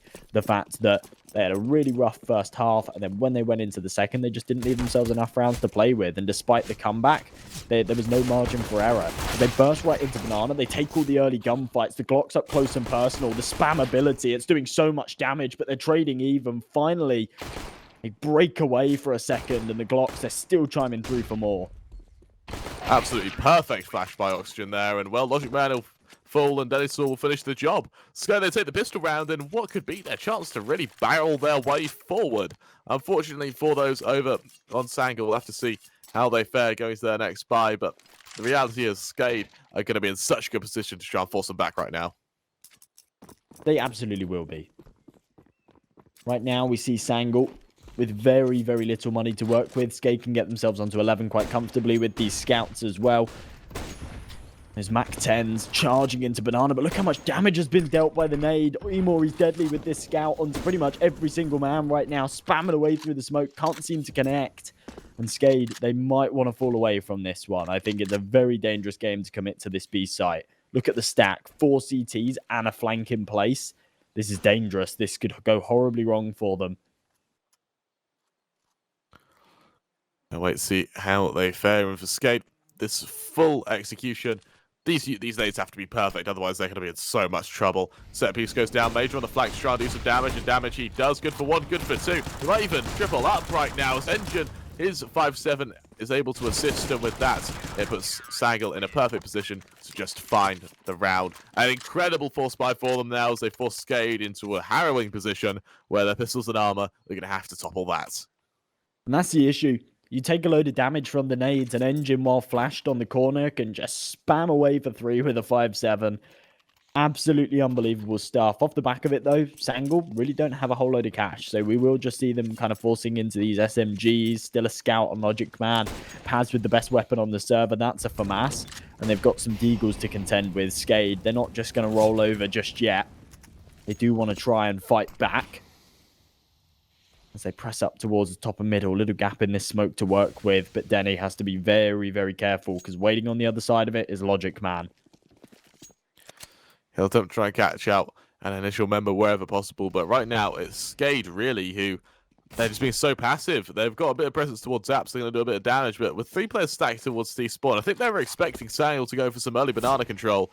As Logic Man, he'll tease a bit of a peek here or there. The nade is going to do a substantial amount of damage to Duplicate, but it's nothing substantial, at least from SKADE. And for now, as Sangal just play a bit more passive, they realize that now they've got a bit of banana control, they can just go for the 4-man stack towards A, and this is going to be so detrimental to SKADE, who, for the most part, are just trying to take this so passively. They absolutely are. They're running down this clock quite low. 45 seconds left on it. Major does take out Denny. He's that pincer man trying to get into A long. And Logic Man with the scout chiming through. Unable to do any damage, but has all the information. Can call for the rotate. Ships with a nice 1D, but it is traded. And the Mac-10s are now here to pick up the pieces. Spamming away. The pistols can't even get close to the site. And this should be quite a comfortable round here for Sangal to pick up. Without Rainwaker, he's able to pick up the bombs, so he's able to get to at least a position of relative comfort, but as Major attempts to run away, he's caught out by Rainwaker. 1 versus 2 for him. This is doable, but I say doable with massive parentheses over it, because the reality is, if he gets this plant short and straight to SKADE, but Engine finishes the job, he gets the defuse, and nonetheless it'll force SKADE to an eco. Sangal will hit 8 off the back of this, and look to really pull a bit of an advantage here. Well, they take quite a few casualties, but of course against what was a full force buy there from SKADE, SKADE were looking to win that round. So 10-8, Sangal closing this gap and up against what should... Oh, wow, they're going for a force here? I was going to say what should be an eco. Sangal have got a good opportunity to close this gap, but SKADE have gone for another force buy. So Sangal can actually tie this scoreline as long as they can take down the Mac-10s. It's going to be a fairly tough showing for SKADE as Oxygen, he takes a substantial amount of damage early on. And I'll tell you what, Josh, I'm not sure how I feel about this force buy. I think I would have rather seen SKADE, despite that bullet, take an eco and then just try and go into a round with AKs, because every time Sangal win a round, they build a bit of an economy. It's not much, but it's still a bit of one. And as Paz and Engine look to farm house right now, Ships, he's good for 1. It forces Paz back, and well, he could be caught out by this utility, but well, for the most part, he isn't. And with that, it falls down to Oxygen, the last round of standing in a 1 versus 4. Logic Man finishes the job, and the SKADE still haven't ecoed yet, and I think they may have to now. I'm trying to think back. Did they make this mistake yesterday? Who was it that made this mistake yesterday? I think it might have actually been... Forcing on 13. Yeah. It could have been SKADE. Could have been SKADE. It was either SKADE or it was Hellraisers. I cannot remember, but we saw this mistake literally happen yesterday. It was a little bit later in the game. And we did. We called it out because it cost them. Now we see the eco come through, but Sangal have already closed this gap all the way. That last round just went horribly wrong. The investment didn't pay off whatsoever. And Sangal, not only are they boosting their confidence, they're boosting their money, and they're boosting their rounds. So as this scoreline will line up 10 to 10, they're taking a little bit of damage. They'll have no trouble reinvesting. Elsewhere, we see Dennis Sort. There's players above him. He'll hear all of this. And Major will try and spam him down. It's so messy, but eventually he comes out on top. Oxygen trades. And for an eco, this is a lot of damage. Suddenly, this is even doable. As Oxygen will await Logic Man's push. Now Logic Man pushes forward, but he comes out on top. The fact that SKADE and eco do even more damage they did when on their force spike just even embodies why they should have ecoed sooner and allowed Sangal to be a bit more aggressive to try and farm some cash. As now, they move to their next play. They don't go for that AWP on Dennis, or instead they go AKs around the board, utility to support it. That makes me think we might see something fairly quick. And the fact that an eco comes down to a 1v1 CZ versus Tech9 close range duel is absolutely insane. SKADE, as you say, something a little bit quicker. The rifle's in hand. They bomb up second mid. They didn't actually commit to the apartments push. They are just kind of trying to do some early utility damage, and that's exactly what they do. Emor down to 50 points of health, forced off the angle on mid, has to fall away to short. He has got support from Paz. And if SKADE play their cards right, they could Molotov this angle, but this is a nice configuration. Man boosted up, often very, very tricky to contend with. Bush goes out, Jupiter is able to shut down one, and well, Paz, he responds with two of a kind. Aggression comes out from Apstow and Rainwaker. Hello, welcome to the half, and he shuts down both members coming his way. Leaves a Major in a 1v1 with Denisaw for long control. He comes out on top, forces it into a 2v2, and with that SKADE, let's see how they hold as they run it out the flagpole. Let's see how it flies as Oxygen shifting towards Graveyard. A bit of an off angle right now as Major, wary of it, could be caught out by it. Yeah, this is a great angle from Oxygen. His only fear is if someone comes into the apartments, but what a shot from Emor. All comes down to Oxygen right now. This off angle, now very tricky to contend with. The headshot comes in. Close range fight against the AWP. The nade does so much damage, but Emor, through the clouds of it, peaks with only 6 points of health and finishes off the job. That is unbelievable. That nade could have finished off the job, and actually he goes and grabs a kit as well. I'm not sure if he would have had time on the bomb otherwise. Just about gets it in the last tick. That is unreal. Big clutch from Sangal, big clutch from Emor. Now we look at the sparring match odds, and there you go, back in favour of Sangal. If you placed that a bit earlier, when it was like, was it 11-1 down? You were in a perfect position. But now, well, SKADE, they're the ones who are at the in the rear now. And of course, if you want to go place a bet yourself, go to that banner down below, click on it, and of course, you'll get that special bonus on your first deposit. So go ahead, check them out. Absolutely awesome stuff by them. And right now, SKADE, they go to their next buy. AKs come out. There's a back 10 on ships, and it's going to be a fast push towards B at this point. Flashes go out. They go through the smoke. They look to fight. And, well, does it fare well? Well, it definitely bodes well for those over at Sangal. That being said, though, it's an absolute collapse in response as Oxygen and Rainwaker both strike in unison. The nade from Logic Man, good for Oxygen to delay the plants. Now Logic Man, as he shifts on forward, will look to hit another important frag here.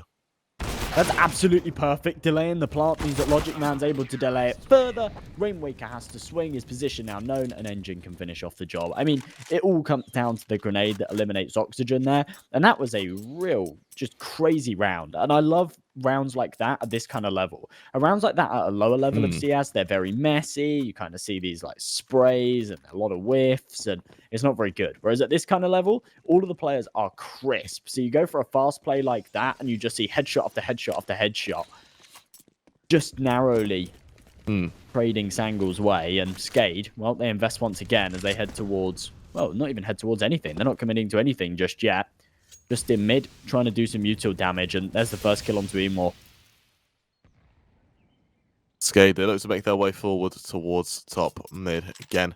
Ready to just explode on out, and his Engine, it catches them out. He'll drop that molly to buy a bit of space, but so they don't go through it for the time being. Instead of smokes go out into flank from Paz to try and catch out a member. And oh, that flank is absolutely perfect by Paz. Lines up 3, forces it back to a 2v2. And I tell you what, SKADE have been awful in these 2v2, 1v1 situations right now. Every time Sangal put it down to this position, they're at an advantage. And right now, as Logic Man, he has been that key kind of hallmark for their clutching ability. And as he's still alive, SKADE need to be very damn scared.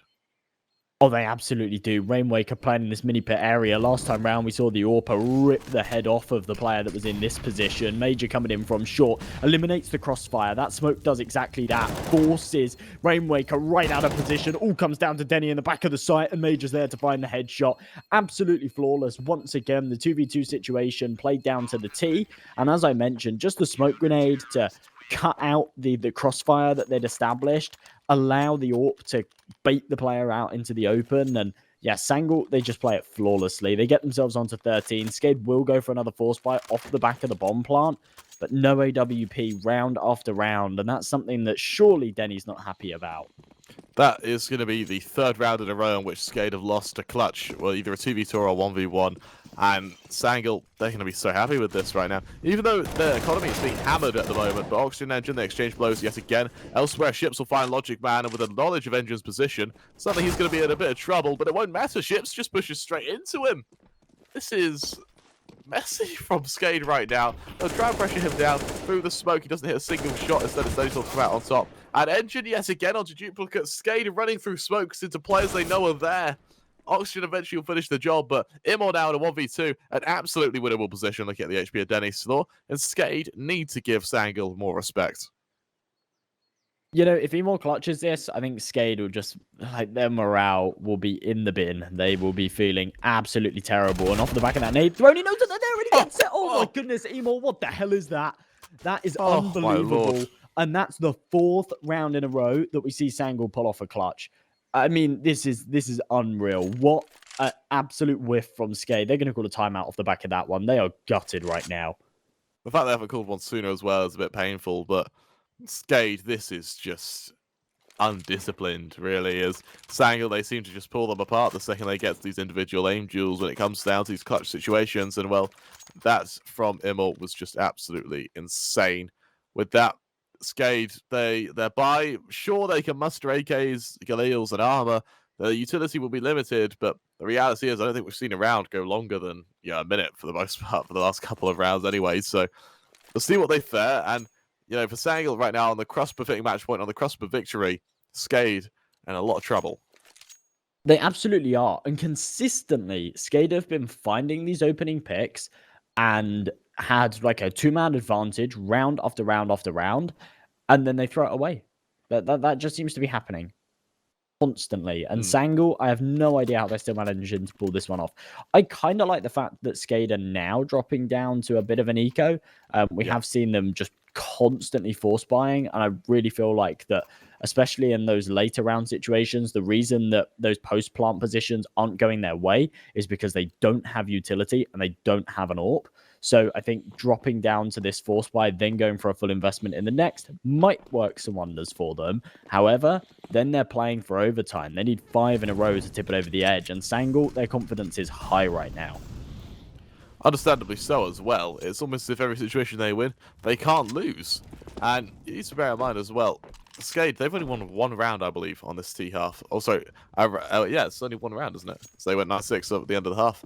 That is he shuts down Paz, and from there, it's going to be SKADE to try and push on forward, but aggression from Major is absolutely phenomenal. Oxygen able to trade there, and suddenly SKADE find themselves at a man advantage, or two-man advantage, but right now, this is still not out of the woods. They still need to give Sangal some respect, and they just wait for the re-aggression. This would be a really big round for SKADE to win. Remember, they've dropped down to this half buy, expecting to lose it, expecting Sangal to get onto 15, and then they pull out the guns to play for OT. So if they can pull it off with the pistols, it gives them a little bit more leg room. It gives them this margin for error. Nades come over the top. Two-man advantage, remember, but neither of the rifles have been retrieved, so this is a dangerous game. They reconvene. They head over towards this A site. They have Engine to contend with, and the flank in place as well. The banana aggression. This could catch them all out, and it absolutely does. Immor adds a spanner in the works. What can SKADE do now? That is so on duplicate. The last two members are standing, and there you have it. That was exactly why they should have respected Sangal. And, well, aggression comes out from Long, but those things to remember, these players are ready for him. Engine finishes the job. Duplicate, sure, he can get a bomb plant, but in a 1v3, what else can you expect? He's actually going to tap it, go for the swing. There's the Tech 9, takes out the AWP. somewhat retrievable if he can find a second kill onto the FAMAS, but he can't convert. Very, very close, deals the damage, but doesn't finish off the job. Engine maintains composure, clutches out the round, 15 to 10. Sangal, map point, 5 chances to close this one, and there's not even an AWP here for SKADE. They've gone for the eco just to pull out the rifles once again and accompany it with some util. An incredibly close round in the last. But yeah, as soon as they gave up banana control, Emor saw it as an open door of opportunity. He walked right through it and he punished his opponents. Sangal in a perfect position right now to try and do the little bit of damage wherever possible. And honestly, Sangal in a perfect position to try and close out the map. Then he saw still not going for the AWP actually, favouring the utility. So we'll have to see what the thought process is behind that, as right now, Util starts landing on B. This forces Immol into sandbags, and while he tries to fight solo, he catches out ships, duplicate trades, that leaves Major alone in a 1 versus 3 for the site. But the rotation's been called, the players are coming to assist, and well, Major, he seems to do a grand job holding on his own. Duplicate's toppled, and right now, SKADE still aren't pushing. They need to move forward, but they seem almost scared of Sangal right now, as they allow Major to just re-rotate.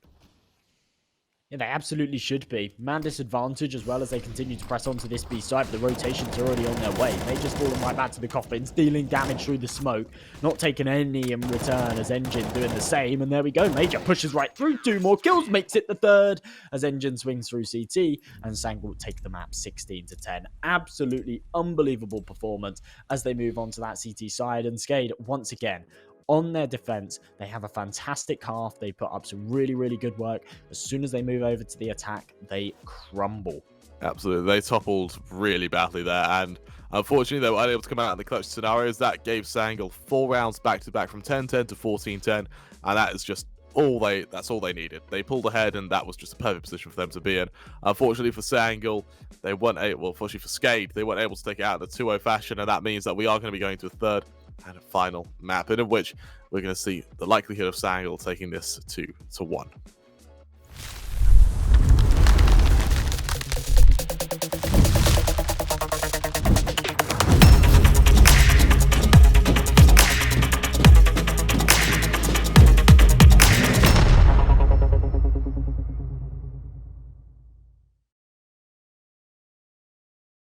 Headshot, nice!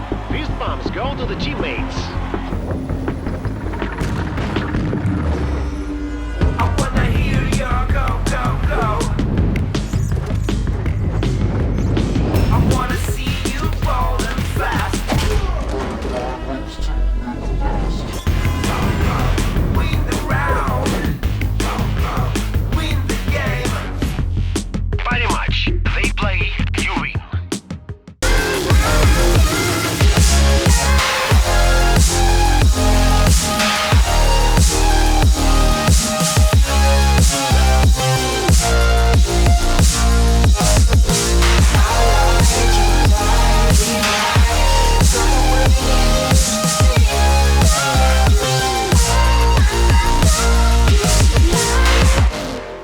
Hello and welcome to the European Development Championship. We're currently on map 3 between Sangal and SKADE, and well, we just saw an incredible inferno, in of which we saw back-to-back clutches by Sangal to take them from 10-10 to 14-10 up, where it was just a matter of time before they closed out the map. Of course, we move on to Dust 2, a map that is heavily favoured by Sangal, and in which SKADE definitely have a lot of troubled times on it. I think we may see a bit of a one-sided affair going forward, but of course, I can't cast you through it alone. Of course, I am your caster Crabber 3, but I'm joined by a man who, if you tune your radio to 33.4 hertz, you can hear him all over the world. It's MJ. How are you feeling about this one? I'm feeling really good about this one, man. I mean, the first series of the day, Group B, showing us some real talent. It's going to the 3rd map. And, I mean, the last map really played out how we expected, wasn't it? We literally talked about the fact that SKADE would have a good CT side. As they moved over to that T half, they might start to struggle. That was exactly the case. Now what they need to do is they need to mentally reset. They need to go into this next map, and they need to make sure they've got their heads held high. Because Dust 2, not a, normally a stronghold map for them, Sangal, you do expect them to come out on top, and the odds are expecting it as well. Our partners over at Paramatch expecting this one at 1.5 to 2.3, so pretty decent margin there for Sangal in terms of the favoritism. And maybe it comes off the back of the performance on Inferno and the momentum that will be carried across there. I think it also comes off of the back of, yeah, just their recent performances on Dust 2 being quite a bit better than SKADE's. And I worry that for SKADE, they did a good job putting up numbers on Inferno. But that's because we historically know they have a strong side on Inferno. But even then, they were put up in a real difficult time when they went to their T side. And unfortunately for Dust 2, they don't really have a solid side. They don't have a solid thing to work off of. It is just a map they really struggle with. They played it 11 times with only a 36% win rate. It's definitely not a solid map for them. It's definitely not a strong map for them. And for Sangal, we're moving on to one of their better maps. So this really, statistically at least, should be a one-sided affair.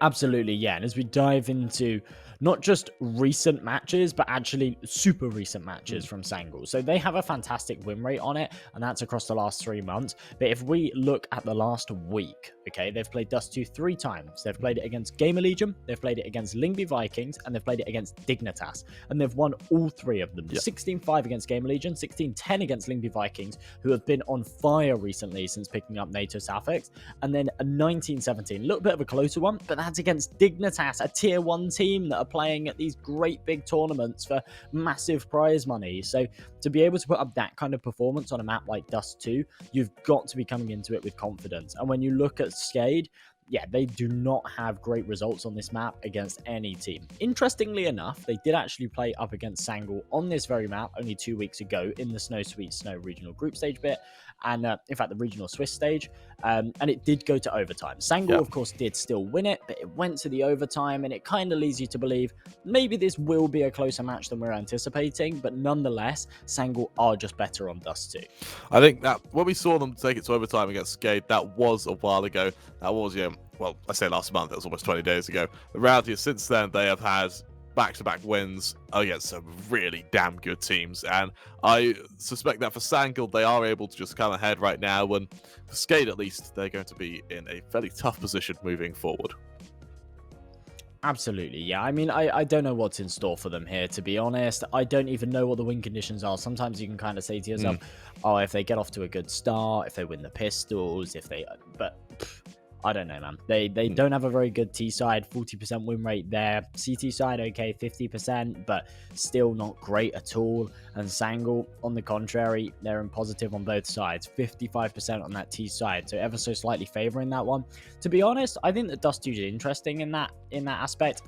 It is probably the most T-sided map, or at least I'd say so. I know that it kind of varies between different casters, different players, but I'd pin it as a pretty T-sided map for 2 reasons, okay? Long control is a massive issue for the CT side if the Ts have got the spawn to go for it.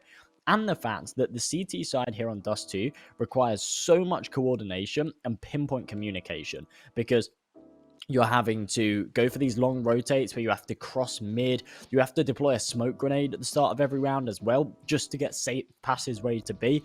There's a lot of things that you have to account for on that CT side of Dust 2 that you don't have to account for on any other map. So it makes it quite difficult as a defensive side, and it really does tailor towards the attack. And especially a team like Sangal with an entry fragger like Emor, who is just going huge at the moment.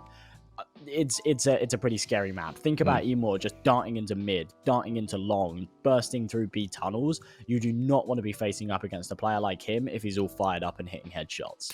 Without a doubt. Something else to highlight as well is the AWPing aspect to Dust 2. It's a map where we commonly see double AWP setups. It's a map where really an AWP duel towards a long, it could either make or break a round, and that means that this duel between Logic Man and Dennyslaw is really going to be interesting to witness. Of course, I suspect that Dennyslaw might just be kind of pulling ahead, at least in this series versus Logic Man, but if there was ever a time for the Turkish AWP to pull ahead and attempt to really come back against Dennyslaw, now would be it. Of course, just have word from our producer that we are going to be a little bit late to start, should be about less than a minute or so now, as one of the players did just randomly go AFK, but hopefully we'll be able to get back into it any second now. But again, I do want to see these AWPs come out. I want to see these teams. I don't want to see SKADE forcing up every single round, which has really put them at a massive detriment when they started the T side of Inferno. I want to see them take these ecos early on to really build an economy and to get that AWP out as soon as humanly possible. Yeah, I mean, that's just how Counter-Strike spirals out of control so quickly, doesn't it? If you lose the pistol round, fine, not a problem. But you need to make sure that you kind of recover it. You don't let it spiral out of control. You go for an eco, you go for a buy, and then you pull it back before you lose more than sort of 3. Whereas if you allow it to get 6, then yeah, it's too far gone. Duplicate, it seemed like he was like ice skating there. That was kind of cool. That's pretty cool. Sliding along the floor. Okay, they're going to make their way on forward. It's a bit of a default really for their pistol round. 3 players congregating towards the bottom of tunnels. Of course, Paz, he spotted out, he's damaged a little bit, but SKADE, they really are armor-oriented going into this. Of course, over towards Sangal, it's going to be Logic Man with a kit and 2 flashes to help out. Mid-B smoke goes down, the execute ready to go on through the flash to force Immor away, and Immor, the only man with utility right now to try and hold, as I think Immor went into this without buying anything. So, edging of 1 oxygen to trade oxygen, looking for yet 1 more, and he does just that. And without the follow-up push from Paz, they're able to do a bit more early damage boosted up from CT. He goes 3 on 2, and that bomb, will it just be able to get into B? That it will, as with his teammate, but he ships an oxygen into a semi-winnable situation. Yeah, with the gap through the smoke, Paz is able to do some serious damage, but now the retake comes through. Notoriously the hardest site in Counter-Strike to retake, so a real good chance here for SKADE to convert this one, despite the man disadvantage. As they pepper more damage with these blocks, the swing comes through, the flash, it's not quite good enough, and Paz and Logic Man deal the headshots. 2 players staying alive here for Sangal. The kit on Logic Man as well allows him to defuse the bomb, and put Sangal 1-0 in the lead. A pretty good pistol round, all things considered, and a nice recovery after they lost the bomb site. I really am interested to see just how SKADE respond with this, because of course they go for a buy. You know, they can't afford it. You know, they had a bomb plant, but for Sangal, if they can reset right now, Sangal really looking to play bonus for the most part with 3 MP9s. It's a bit of a greedy buy for the most part, and if they can really shut them down here and build an economy and build some momentum, then SKADE, I worry, are going to be in a lot of trouble. Absolutely. Sangal are playing a bit of a dangerous game right now, though, going for these 3 MP9s. They are up against a Force by Remember, and with the range advantage that these AKs and Deagles pose, even the Scout on Denny, much more powerful than that MP9 at the distance. Major getting tagged up early on, down to 47 points of health. Minute 20 on this clock as SKADE start to regroup towards lower tunnels. Looking like they want to go for some kind of A hit. And as I said before, Sangal, they just have to be careful. They've still got some utility that they've held on to. They'll use that to keep SKADE away, maybe for the retake too. That's if it's needed, as a minute ticks left on the clock. And SKADE, they want to try and burst up short. As they look to make their way on forward, Paz will be one of the players to try and hold for the time being. SKADE, timing with them, smokes go out, set piece goes down. As the ETL goes flying, let's see how Paz fares on the defenses. He waits for his players to drop down into CT, the flank comes through, but the MP9s look to tear through the Major and Paz with 5 opening 2 kills. Full-up kill goes in the favour of Rainwaker, whose Deagle will ring true. The Major on the close angle will mean they can't get complete ramp control, so they only hold on to short. Then he saw being tagged down very low. He'll be finished momentarily, unless Rainwaker can try and assist right now. Good for 1 trades either way. As he goes 2 on 2. Things starting to look a bit doable for SKADE, but these MP9s should look to clean up. And they absolutely do. And when you really think about it, if there's anything you can do to tailor for the MP9s, it's probably to burst through short and go for a CT dive, isn't it? And that's exactly what we saw. The MP9s at close range were able to spray away, deal tons of damage, and SKADE took early man disadvantages and kind of had to pick up the pieces. They did so quite nicely. They kept it into a 2-on-2, but in that final scenario, they did lose out. And we have seen them, especially on Inferno, in those clutch situations. They were just missing out time and time again. Right now, they go 2-0 down. They do go for another force buy, though. I mean, this is where it just gets a little bit dangerous. Of course, they got the bomb plant. They have got enough to pull out some rifles. But this is where you want to eco and then force into the next. And instead, they've got the gallows out once again. If this doesn't work out for them, it's an eco in round number 4. And quite comfortably, quite quickly, they go 4-0 down. So this is an important one for them to pick up. But Sangal able to just fan out as default as well there. Wait to see how SKADE push straight into them. And SKADE, of course, with smokes ready. They've got Galil stacked up alongside them as well. It's not a substantial buy from SKADE, but it's definitely enough to nullify MP9s at range. Luckily, Sangal have really been able to upgrade most of their weapons. Bar Logic Man, who's playing a little bit of a bonus right now. Understandably so, though, because he is going to look to work towards that orb. Sangal, they make their way on forward. They spot SKADE out towards short as the nades pepper their position. Let's see if SKADE are able to push straight in.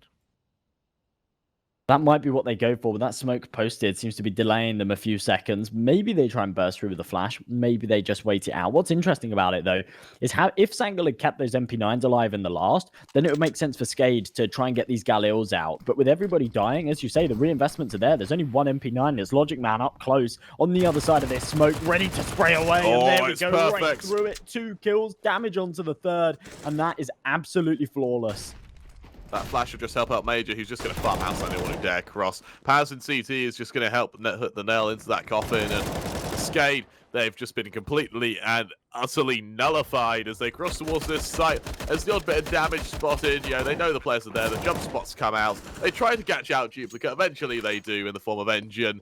And, well, for SKADE, that is a horrific buy, considering they've only been able to find one player. They've only got a bomb plant off it, and I think this is going to send them straight back down to pistols and armor. It absolutely will do. And it's just bizarre from SKADE. It's like, in a scenario like that, where they go for a bit of a risky force buy, they don't innovate at all. They don't do anything funky. They just stack up on short and just walk straight into the blender. As we see those paramatch odds pop up, remember they were favoring Sangal at the very start of this game. Now they're favoring Sangal even further off the back of this 3-0 lead. And if you want to place a bet on this match or any other match, we've got another series, of course, after this one today. And make sure you click on that banner down below. Head over to Paramatch and make sure you get that special sign-up bonus, that first-time deposit bonus that you get when you sign up, make an account on Paramatch. So make sure you head over there, folks. 3-0 lead.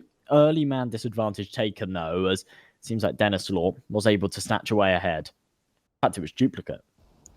Issue is, though, it is only with the Eagles, and they're going to need to try and retrieve these rifles if they want a substantial chance here, but they can't quite catch anything out for now. They do have a little bit of utility to ease a bit of a push, and as that does help their easement for now, it's going to be Engine to try and peek up towards the tunnels, just to make sure that there's a bit of space shown towards B. SKADE showing it and making it very clear that they are opting for this mid-B attack. Engine on the head angle, ready with Immor to try and refute any Bulgarian players who dare encroach on their position. But now, though, Molly actually going to be extinguished by the smoke, so bit of a waste of a util for the time being, and as that follow-up smoke goes down, Immor catches out the first member. This forces SKADE away, who turn their attention and lay their eyes on short. Well, 4 versus 4, as Sangal have evened out these numbers. Ships with an AK in hand. He's the most dangerous player on the server here for SKADE, as they burst up short once again. But Paz on the angle, Duplicate with the 1D. Paz needs to try and pick up these pieces. He's calling for the rotations. The orb coming in. Needs to connect the headshots, though. It's a bit of a firing range, a whack-a-mole. They need to connect with the heads, and Paz finds one more. But as it's traded, comes into a 2-on-2. Somewhat doable here for SKADE, but they need to get these rifles and fight their way out. The Eagle of Denisaur trying to catch out ahead, unable to do so. There was instead Engine good for one, and Engine finishes the job. That shouldn't have gone in his way, but SKADE, they run out of ammo, and as the hollow click rings out from the barrel of their gun, Engine realizes that this round is definitely going to be winnable, and as he teabags his opponents, he also realizes how that shouldn't have been won by Sangal. They need 4-0. And even though SKADE run a force buy, it still keeps their momentum down as SKADE move on to their first substantial buy. And this right here is really their first opportunity to pull ahead. You see the sheer panic as soon as he runs out of ammo. Yep. Oh, Heads that to the is floor. so unfortunate. Yeah. That is so unfortunate. What a clutch from Engine, though. Hits the headshots when called upon. Now SKADE have got some money to work with, but Sangal 4-0 lead, and Immor trying to get aggressive in tunnels. Oh, what an opener. He's able to get away as well. There's no response. Mollies go down to prevent a follow-up push, and with that, SKADE just find themselves refuted. Not so much outclassed, but definitely outmaneuvered. As for now, Oxygen he'll deploy the odd smoke. It's going to be just a standard B execution. SKADE, they've tried to go for this a good couple of rounds right now, but the util use has just been perfect by Sangal to keep them at bay. Engine, he'll be ready for the players to swing on too far ahead. As Ships finds the first, he's caught out eventually by Engine, but Oxygen trades, and with an effective trade, this actually puts SKADE in a fairly decent position. On a bomb site, a fairly hard one to retake, with only 1-man disparity. You know, I got excited. I thought it was the flying kill there, but no, it was actually Oxygen on the site. They've picked up 2 AWPs. And with the smokes in place too, this B site's pretty rock solid for now. If Sangal try and peek into this one, they're playing a dangerous game. The Molotov goes in place. Oxygen only good for one before he burns alive. And it all falls onto Denny's shoulders. If Sangal play their cards right here, they should certainly be able to make this happen. But with no flashbang, they have to go in dry. For the gunfights and the bait, it's absolutely perfect. Logic Man makes the noise. Major's cues to swing. And Sangal, they take it to 5. A fantastic retake. It's absolutely perfect by Sangal there as they pull ahead to make it 5. SKADE on the flip side, they can reinvest, they can rebuy, they've got the loss bonus, and they have that additional plants, but for the most part, SKADE, they can't settle for being hammered into the floor like this. They need to find a round, and even though they've been making it close, close isn't good enough. They need to pull ahead fully, they need to put some rounds on the board just so they can stop this Sangal momentum, because Sangal, they've been losing players, and yeah, losing players is one thing. Logic Man finding this opening again, doubles up once more. It means that the economy just won't be as heavily damaged as SKADE at once. Oh, this is starting to get a little bit out of control here for SKADE right now. This is a full investment. They're being absolutely wrecked. This should go 6-0, and there we go. With Denny dropping, Duplicate, no chance. Logic Man, what a round. That's 3 kills for him on that AWP. There are 3 AWPs on this CT side. Are they going to stick with these 3 AWPs? That would be ambitious if they did. Looks like they will. Oh, wow. Fair enough. Yeah, it seems bizarre to throw one away, I suppose, but my goodness, 3 AWPs, that is a dangerous game. Especially considering SKADE right now will probably go for like a Tech 9 buy. To have the triple AWP setup, that's dangerous. You need to make sure that you hit your shots, otherwise you will get overwhelmed by those pistols. Right now, as that timeout fades, SKADE, they move to another pistol and armor buy, and to be honest, they've had the most success they've had on pistols, but will it be enough? And I suspect with these pistols, they might try and go somewhere fast, which, unless we see these AWPs and their shots, the second they miss, they're going to get swarmed by these pistols. And actually, SKADE might find themselves with a window of opportunity. But now flashes go out towards zone. Once again, we see Logic Man go for the peak. Spots out the first. This time he only legs his opponent, as now they start swarming him. This is exactly what I meant. As Logic Man is only just able to get around the corner, but he's able to turn around and find these kills. It's an absolute meat grinder, like lambs to the slaughter. It all falls down to Duplicate to push his way on forward towards shorts in a 1-on-5. Yeah, the key word with that one is if Sangal miss their shots, and do you know what? They don't miss. Of course, only hitting the leg there at the start, Logic Man, but manages to fall back. Major's able to just provide him all the support that's needed, and Duplicate all on his lonesome, Deagle in hand, was a 1-on-5, now only a 1-on-4, but with the flash popping over, his head just showing over the top. And he's just looking to try and do further damage here. Still the triple AWP setup in play. Emor lands the final headshot, the finishing blow. And I'm interested to see if they actually carry these across, if they continue playing this triple AWP, because this is pretty crazy. This is not something you see every day. In fact, this is something that you never see. It's so unorthodox, but it's working. And the reality is, as long as it works, why change? SKADE, they just push on forward, and this time they go into a bit of a default. It's aggression by Denny saw. Both AWPers missed their shot, and uncharacteristic to say the least from Sangal to miss bullets, but now Logic Man, he'll go for this aggression towards B tunnels. He rings out his shot. The flash will force him away as SKADE congregate towards the bottom of mid and towards shorts. This puts the pressure on Paz, and well, for now, let's see if he's able to ring out this aggression. The flash will cause a peak, and, well, he's caught out by Denny Saw. However, he spots every member, and now the double molly should force these players back. Well, it absolutely should do.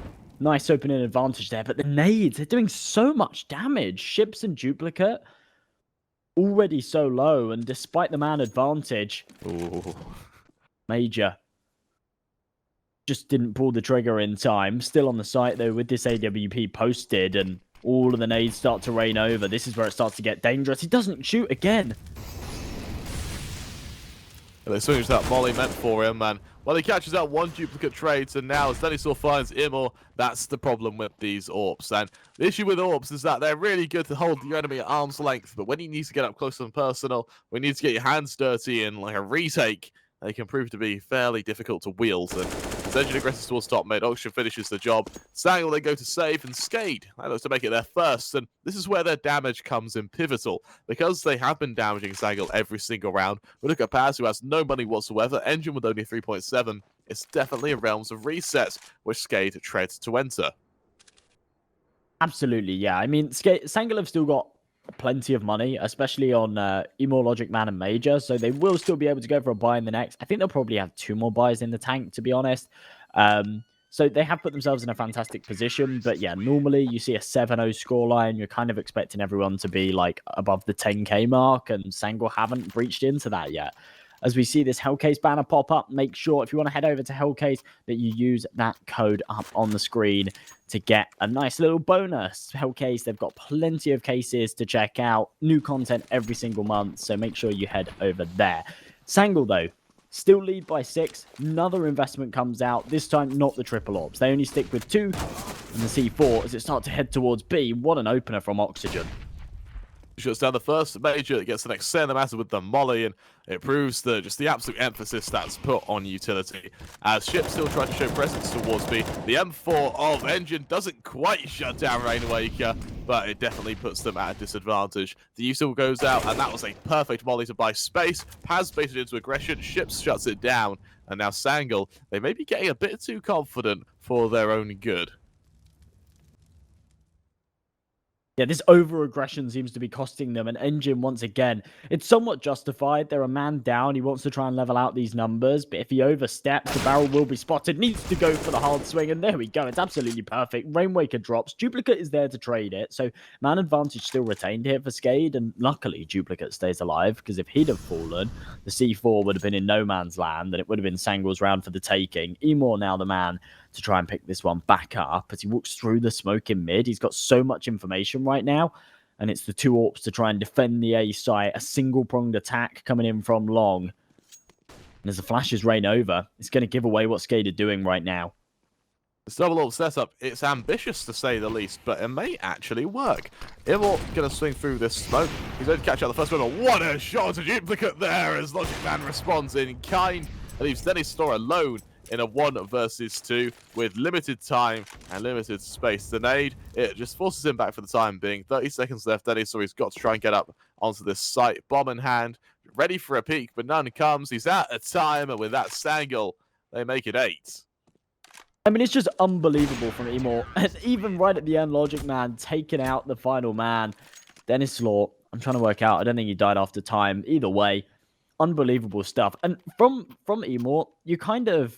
Normally, you'd say players like that, they're a little bit foolish to flash through a smoke like that with an AWP to go for a close-range no-scope. I mean, it's crazy. And if he misses the shot, then they pretty much lose the round. But I think the key factor there is that Emor doesn't miss the shot. He consistently hits those crazy no-scopes, and it gives his team a huge advantage. And Sangal, they bounce right back. They take it 8-1. SKADE have got enough money to go for a full buy here, but if they lose out on this one, Sangal could be looking at 10-1. And I mean, that's a super dominant half with still 4 rounds to play with. Logic Man towards this position will try to catch out anyone who dare come his way, but for SKADE, they are just being a bit more passive, almost scared, so to say, as they are just so hard to catch out.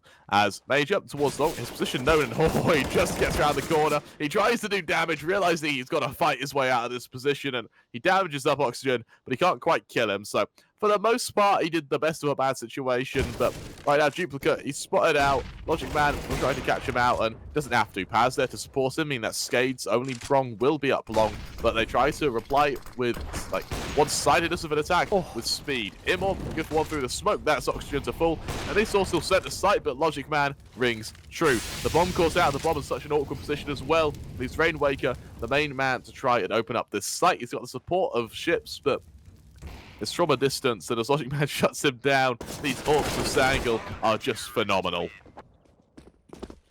I mean, another just ridiculous shot from Emor right through the smoke, puts him onto 9. Not as one-sided, not as dominant as he was in the early rounds of Mirage, but yeah, we see this Paramatch banner come up. Remember, if you do want to place a bet on this game or any other match in the EDC, make sure you do head over to Paramatch. Click that banner below and sign up and get that special first-time deposit bonus. tell you what, I'm not surprised they don't give us because Sangal are just on a whole other level right now. I said, this map would be one-sided, but I didn't think it'd be this one-sided, Josh. I thought that maybe SKADE would have a chance. Maybe they'll be able to put up a few numbers, but the reality is they're just in an awful position. And, even now they're on the cusp of reset despite being on such a massive loss bonus as, well, Major, he's an anti-flash. SKADE with early long control are going to shift right into Paz, but Paz unable to catch out these members. Suddenly it looks a bit more doable. But then he saw drops up. There he goes. He evens out the man account. He even goes and brings SKADE 2 ahead. Logic Man on the angle now. What good can he do? Not much. He's forced away. Denny's all ready for the re-aggression. None comes, though. And Sangal themselves might even consider a save here. Yeah, you've got to take into account their money is completely broken. Despite the fact they're winning 9-1, they have hardly any cash to work with. But now it's a 3-on-3. Loads of damage has been dealt, and Logic Man hits a fast flick. All of a sudden, this round winnable once again. The C4 not gone down yet either, and Ships. Oh, this is such a dangerous position. He can't even get this bomb planted. Denny wrapping all the way around, trying to get into CT. I think he's been hurt, though. How has this gone so horribly wrong here for Sangal? Denny is able to jam one in the back, but Engine ready to respond. And with only 13 points of health on the AWP, Engine should be able to come out on top. Shoots at the dead body. That's unfortunate. C4 gets planted. And Logic Man coming in from CT. Has to be careful. The AK, it's just not quite connecting. Finally lands the final shot. And it all comes down to Denny and this 2-on-1. Element of surprise in his favor, but can he pull this off? He shifts forward and he doesn't even go for it. Sangal, a beautiful retake, a beautiful readjustment to be a man down, to come out on top. And with that, Sangal, they lead 10-1. SKADE, this is a scary, scary position to be in. And I fear for them as they move ahead. And they buy up as best they can, but that AWP on Denny saw, how many more rounds are we going to see it for if SKADE keep being pummeled like this? He pulls it up. There's going to be lackluster utility. Actually, a fair bit for the most part. Immortal later down, but as is Denny saw, both AWPers landing shots, but not the killing blow, as this will spur on some aggression to mid from Denny. Trying to catch out an initial member. Nothing caught out for the time being, though, as SKADE make their way up short once again. I mean, it's got to be super frustrating, especially if you're Denny. Last round, pushing into long, finding the 2 opening picks, putting your team at a 5-3 advantage, and then still losing the round. It's just got to be absolutely crushing. And Sangal, yeah, they're already on to 10. Their money's still not looking great, so definitely a potential for a reset here from SKADE. I'm kind of thinking back to yesterday on Inferno, where a similar scoreline to this, they were able to pull it back and keep it close. But right now, SKADE are just being dominated, and if they lose this round, I don't know what left they'll have in the tank. It's Paz and Logic Man to ring true. Duplicate last man left standing, at least for the attack. There is a flank of Oxygen, but he's nowhere near. He's not going to be able to help. And as Duplicate gets swarmed, they're going to get this bomb, and Oxygen, they're going to be able to reposition and get ready for him for now as the push goes out. But now, SKADE, what good can they do? It's Immortal to finish the job. Sangal to win 11-1. And with that, they may look to give us a very one-sided half. And what's important about that last round is SKADE have been forcing round after round because they have a fantastic loss bonus and they've been consistently getting the bomb down. Whereas in that one, they weren't able to get that C4 planted, and it means that they don't really have much money to work with. They're all at that $3,500 mark. So we only see a half buy. It's only the pistols to work with. It will be a full investment in the next. But Sangal, I mean, they're being given a freebie onto 12. That's too many rounds. That's too many rounds, Kremer. It absolutely is. And for SKADE, as they attempt to hold, well, as they attempt to push on forward, they get early mid control. And a mid-B split isn't something they've gone for a while, but it looks like Immol might be more than wary of the push as the set piece goes down. It rings out an initial shot. I don't catch out anyone though, but the native Paz will eventually jump onto 1. The aggression comes out from tunnels though. Paz good for 2. Immol to trade. All on Denny Saw. 1 versus 3. And he might just be able to get to the site as he taps down Paz, but he's got Logic Man and Major to fear, and he's some very revered members of Sangal who are going to be more than happy to take an aim duel with this man. You know what? After the initial headshot found and the smoke placed, there was an element of hope there. There was a chance that he could get that one done. But yeah, just keeps his head exposed to tunnels, and Major, he is going to punish that all day long. Give him an inch, he'll take a mile. As Sangal, well, they are miles ahead. It's 12-1, SKADE. How do you come back into this? I mean, they're keeping their fingers crossed for a 12-3 half right now, and That's best case scenario. Logic Man tries to ring out an odd shot wherever possible. Unfortunately, Immor's there to trade. Paz gets the next say in the matter. Trade either way. Oxygen and Logic Man both exchange blows, and once more, Sangal come out on top. Looks like Logic Man might even look to embed that lead as more shots ring out either way. More nades land around them. Oxygen now shifting forward into Major, unable to come out on top, and SKADE just being absolutely refuted. And it looks like Sangal just vehemently against SKADE, even considering that a long control. Rainwaker collateral with an AK is a glimmer of hope, but it's a glimmer of hope at that. Well, a 2 versus 2. Somewhat winnable, but there we go. Rainwaker coming out on top with that engagement. That was a must-win fight. Now it just comes down to Engine. Brings it back into a one-on-one. Flashbang over the top. Now has to face up against Denny. AWP in hand, but by Engine falling back and wasting some time here, it keeps Denny guessing. Denny starts to question whether Engine's fallen back. Maybe he could come short. Maybe he could come long. All of a sudden, all of the options are open. And there we go. He's expecting it to be elsewhere. He's deployed the Molotov into short and Engine. He's just going to re-aggress into CT. Denny completely unsuspecting of this for now. Denny trying to make his way on forward. He's caught out by Engine, and just like that, Engine, he single-hand... Oh, he goes to the BM as well. It's just heartbreaking. As Sangal make it 13, and as they lead substantially against SKADE, they force SKADE to another semi-decent buy, but this time we won't see that AWP on Denny's sword unless Rainwaker chooses to glass cannon. It's just such a smart play there from Engine. It's absolutely perfect. And as we see that parry match banner pop up on our screen once again, make sure you head over to parry match if you want to place a bet on this match or any other game in the EDC. Parry match are our partners, and if you click on that banner below, you can get that first time sign up deposit bonus. This round, SKADE have actually kicked things off to a much better start. They take a 2-man advantage, but Paz looks to try and snatch it back. He's good for one as well, and that presence should be enough. Ooh. As Major finishes it off on ships. Rainwaker to trade, yes, once and more as Paz will get that AK before looking to push forward in kind. Now, SKADE a man up. They're not out of the woods yet. We saw time and time again on Inferno, they lost 2 versus 3s as, well, Sangal looks to pull ahead. It's going to be Paz to try and catch out the initial member. Engine, he aggresses towards long, but Oxygen shuts him down. It's all on Paz. 1 versus 3. He knows it's going to be an aggression towards B. Luckily, he hasn't seen anyone cross right now, so the glimmer of hope for him is that the bomb won't be planted for the time being. Goes for the kind of YOLO shot through the smoke, but he still has duplicates worry about top mid. And for the time being, this looks like it will be SKADE's seconds, but I fear it's just way too late. Yeah, I mean, a 13-2 half is certainly nothing to brag about. I think SKADE have got not just an uphill climb, but they've got like a mountain to climb right now. They've got to get right their way up Everest to pull this one back. A 90-degree angle. Yeah. And falling rocks at the same time. And no rope. As the volcano next to it erupts. Yeah, and it's really windy. Snowy, so you can't really see in front of you. And foggy as well, so everything's really damp. Basically, what I'm getting at is impossible. Yeah. It's how does SKADE come forward here? And well, for Sangal, they go for a bit of a firing spot towards the top of this, well, top of mid, and well, ships, duplicate, and Oxygen all take the damage because of that. No. Paz lines up 2 of them, and it's just a perfect anti-strat from Sangal now. Rainwaker, he'll aggress up from long, but what good's he going to do here unless he really just lines up kills instantaneously? Ships tries to just justify a peek. Rainwaker, nice little shot there. Good for 2. Logic Man to trade, and once again, SKADE find themselves a man down. They doing some damage, but oh, that was such a beautiful bait.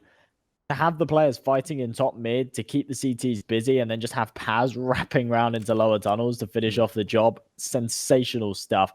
As you say, with this man advantage, ships, they know he's somewhere around towards CT. He's low HP, behind the door, 20 points of it. In fact, needs to take the gunfights. There's the first headshot and a second. 1v1, definitely doable, but as he spams away, runs out of ammo, and Logic Man's able to pick it back up. That came incredibly close, and oh, I like that. They're having fun. That's friendly BM. That's friendly BM. It's not a teabag. It's there you go. There's a little hat. I like that. I still feel like Sangal. They won that round by the skin of their teeth. That's the kind of showing there, but nonetheless they pull ahead and they really just force SKADE into an awful position. As we see a couple of scouts here or there. There's the odd deagle. Engine shuts down the first member. And I fear this game is just going to be a formality for Sangal. to be honest, in a round like that, it just doesn't even matter how you win it. As long as you come out on top, you pretty much secure the match. When you've had a 13-2 half, the pistol round's kind of the final nail in the coffin. And now as they face up against the Force Buy, they're looking to get themselves onto map and series point here. This showing here on Dust 2 has been just rubbish from SKADE. They've not really brought anything to the table whatsoever as they get forced further back by the Molotovs. The Deagle has to do some damage. Oxygen, that's 2 nice shots. Brings it back into a 3-on-3. Gives them the C4 too. So an opportunity to maybe take this round. But then what?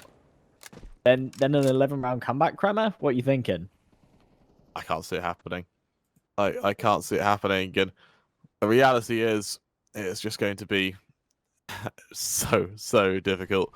As, well, SKADE, they go a bit aggressive towards short. Bomb control is established. And what's interesting, actually, is the remaining players of SKADE don't rotate too heavily. We still see Rainwaker towards outside B, making sure that there's a substantial flank. As Engine finds ships, that should trigger the rotation at long last. But for now, Oxygen's going to be painfully alone, really, down towards short. I am quite surprised, considering they have the C4 down on short, that there wasn't more presence there. Of course, it's literally a single MAC-10 defending it. Okay, it's in the hands of Oxygen, but no longer. Snappy headshot from Engine. Paz finishes off the job, and the 3 versus 3 quite swiftly becomes a 3 versus 0 as Sangal snatch it away, and we see these parry match odds come up for the last time. Remember, the odds aren't coming up on your screen because Sangal is so far ahead, but if you want to place a bet on this game or any other game in the EDC, make sure you click that banner down below and head over to our partners over at Parimatch, where you can get your first time special deposit bonus. I still fear substantially for SKADE right now. Their buy, it's shaky, and as they back away, well, Sangal looks to explode out towards this on position. What's interesting by Sangal, actually, is there's no one on Sangal who's just popping off and single-handedly carrying. Every single member is pulling their weights, and every single member is able to get kills. There's only 7 kills that separate the top fragger from the bottom fragger, and that's such a very close grouping. You rarely see that in teams, and as Oxygen on the close angle right now, he's the lone defender of this B site. He needs to try and line up for a multi-kill. Major just finishes the job. This, again, is all over for SKADE. I understand he still hit something incredible, but out they bear much equity here. Ooh. Yeah, I mean, Denny, all on his lonesome. He gets eliminated, and that was one of the quickest games of Counter-Strike I've seen in quite a while, to be honest. 16-2.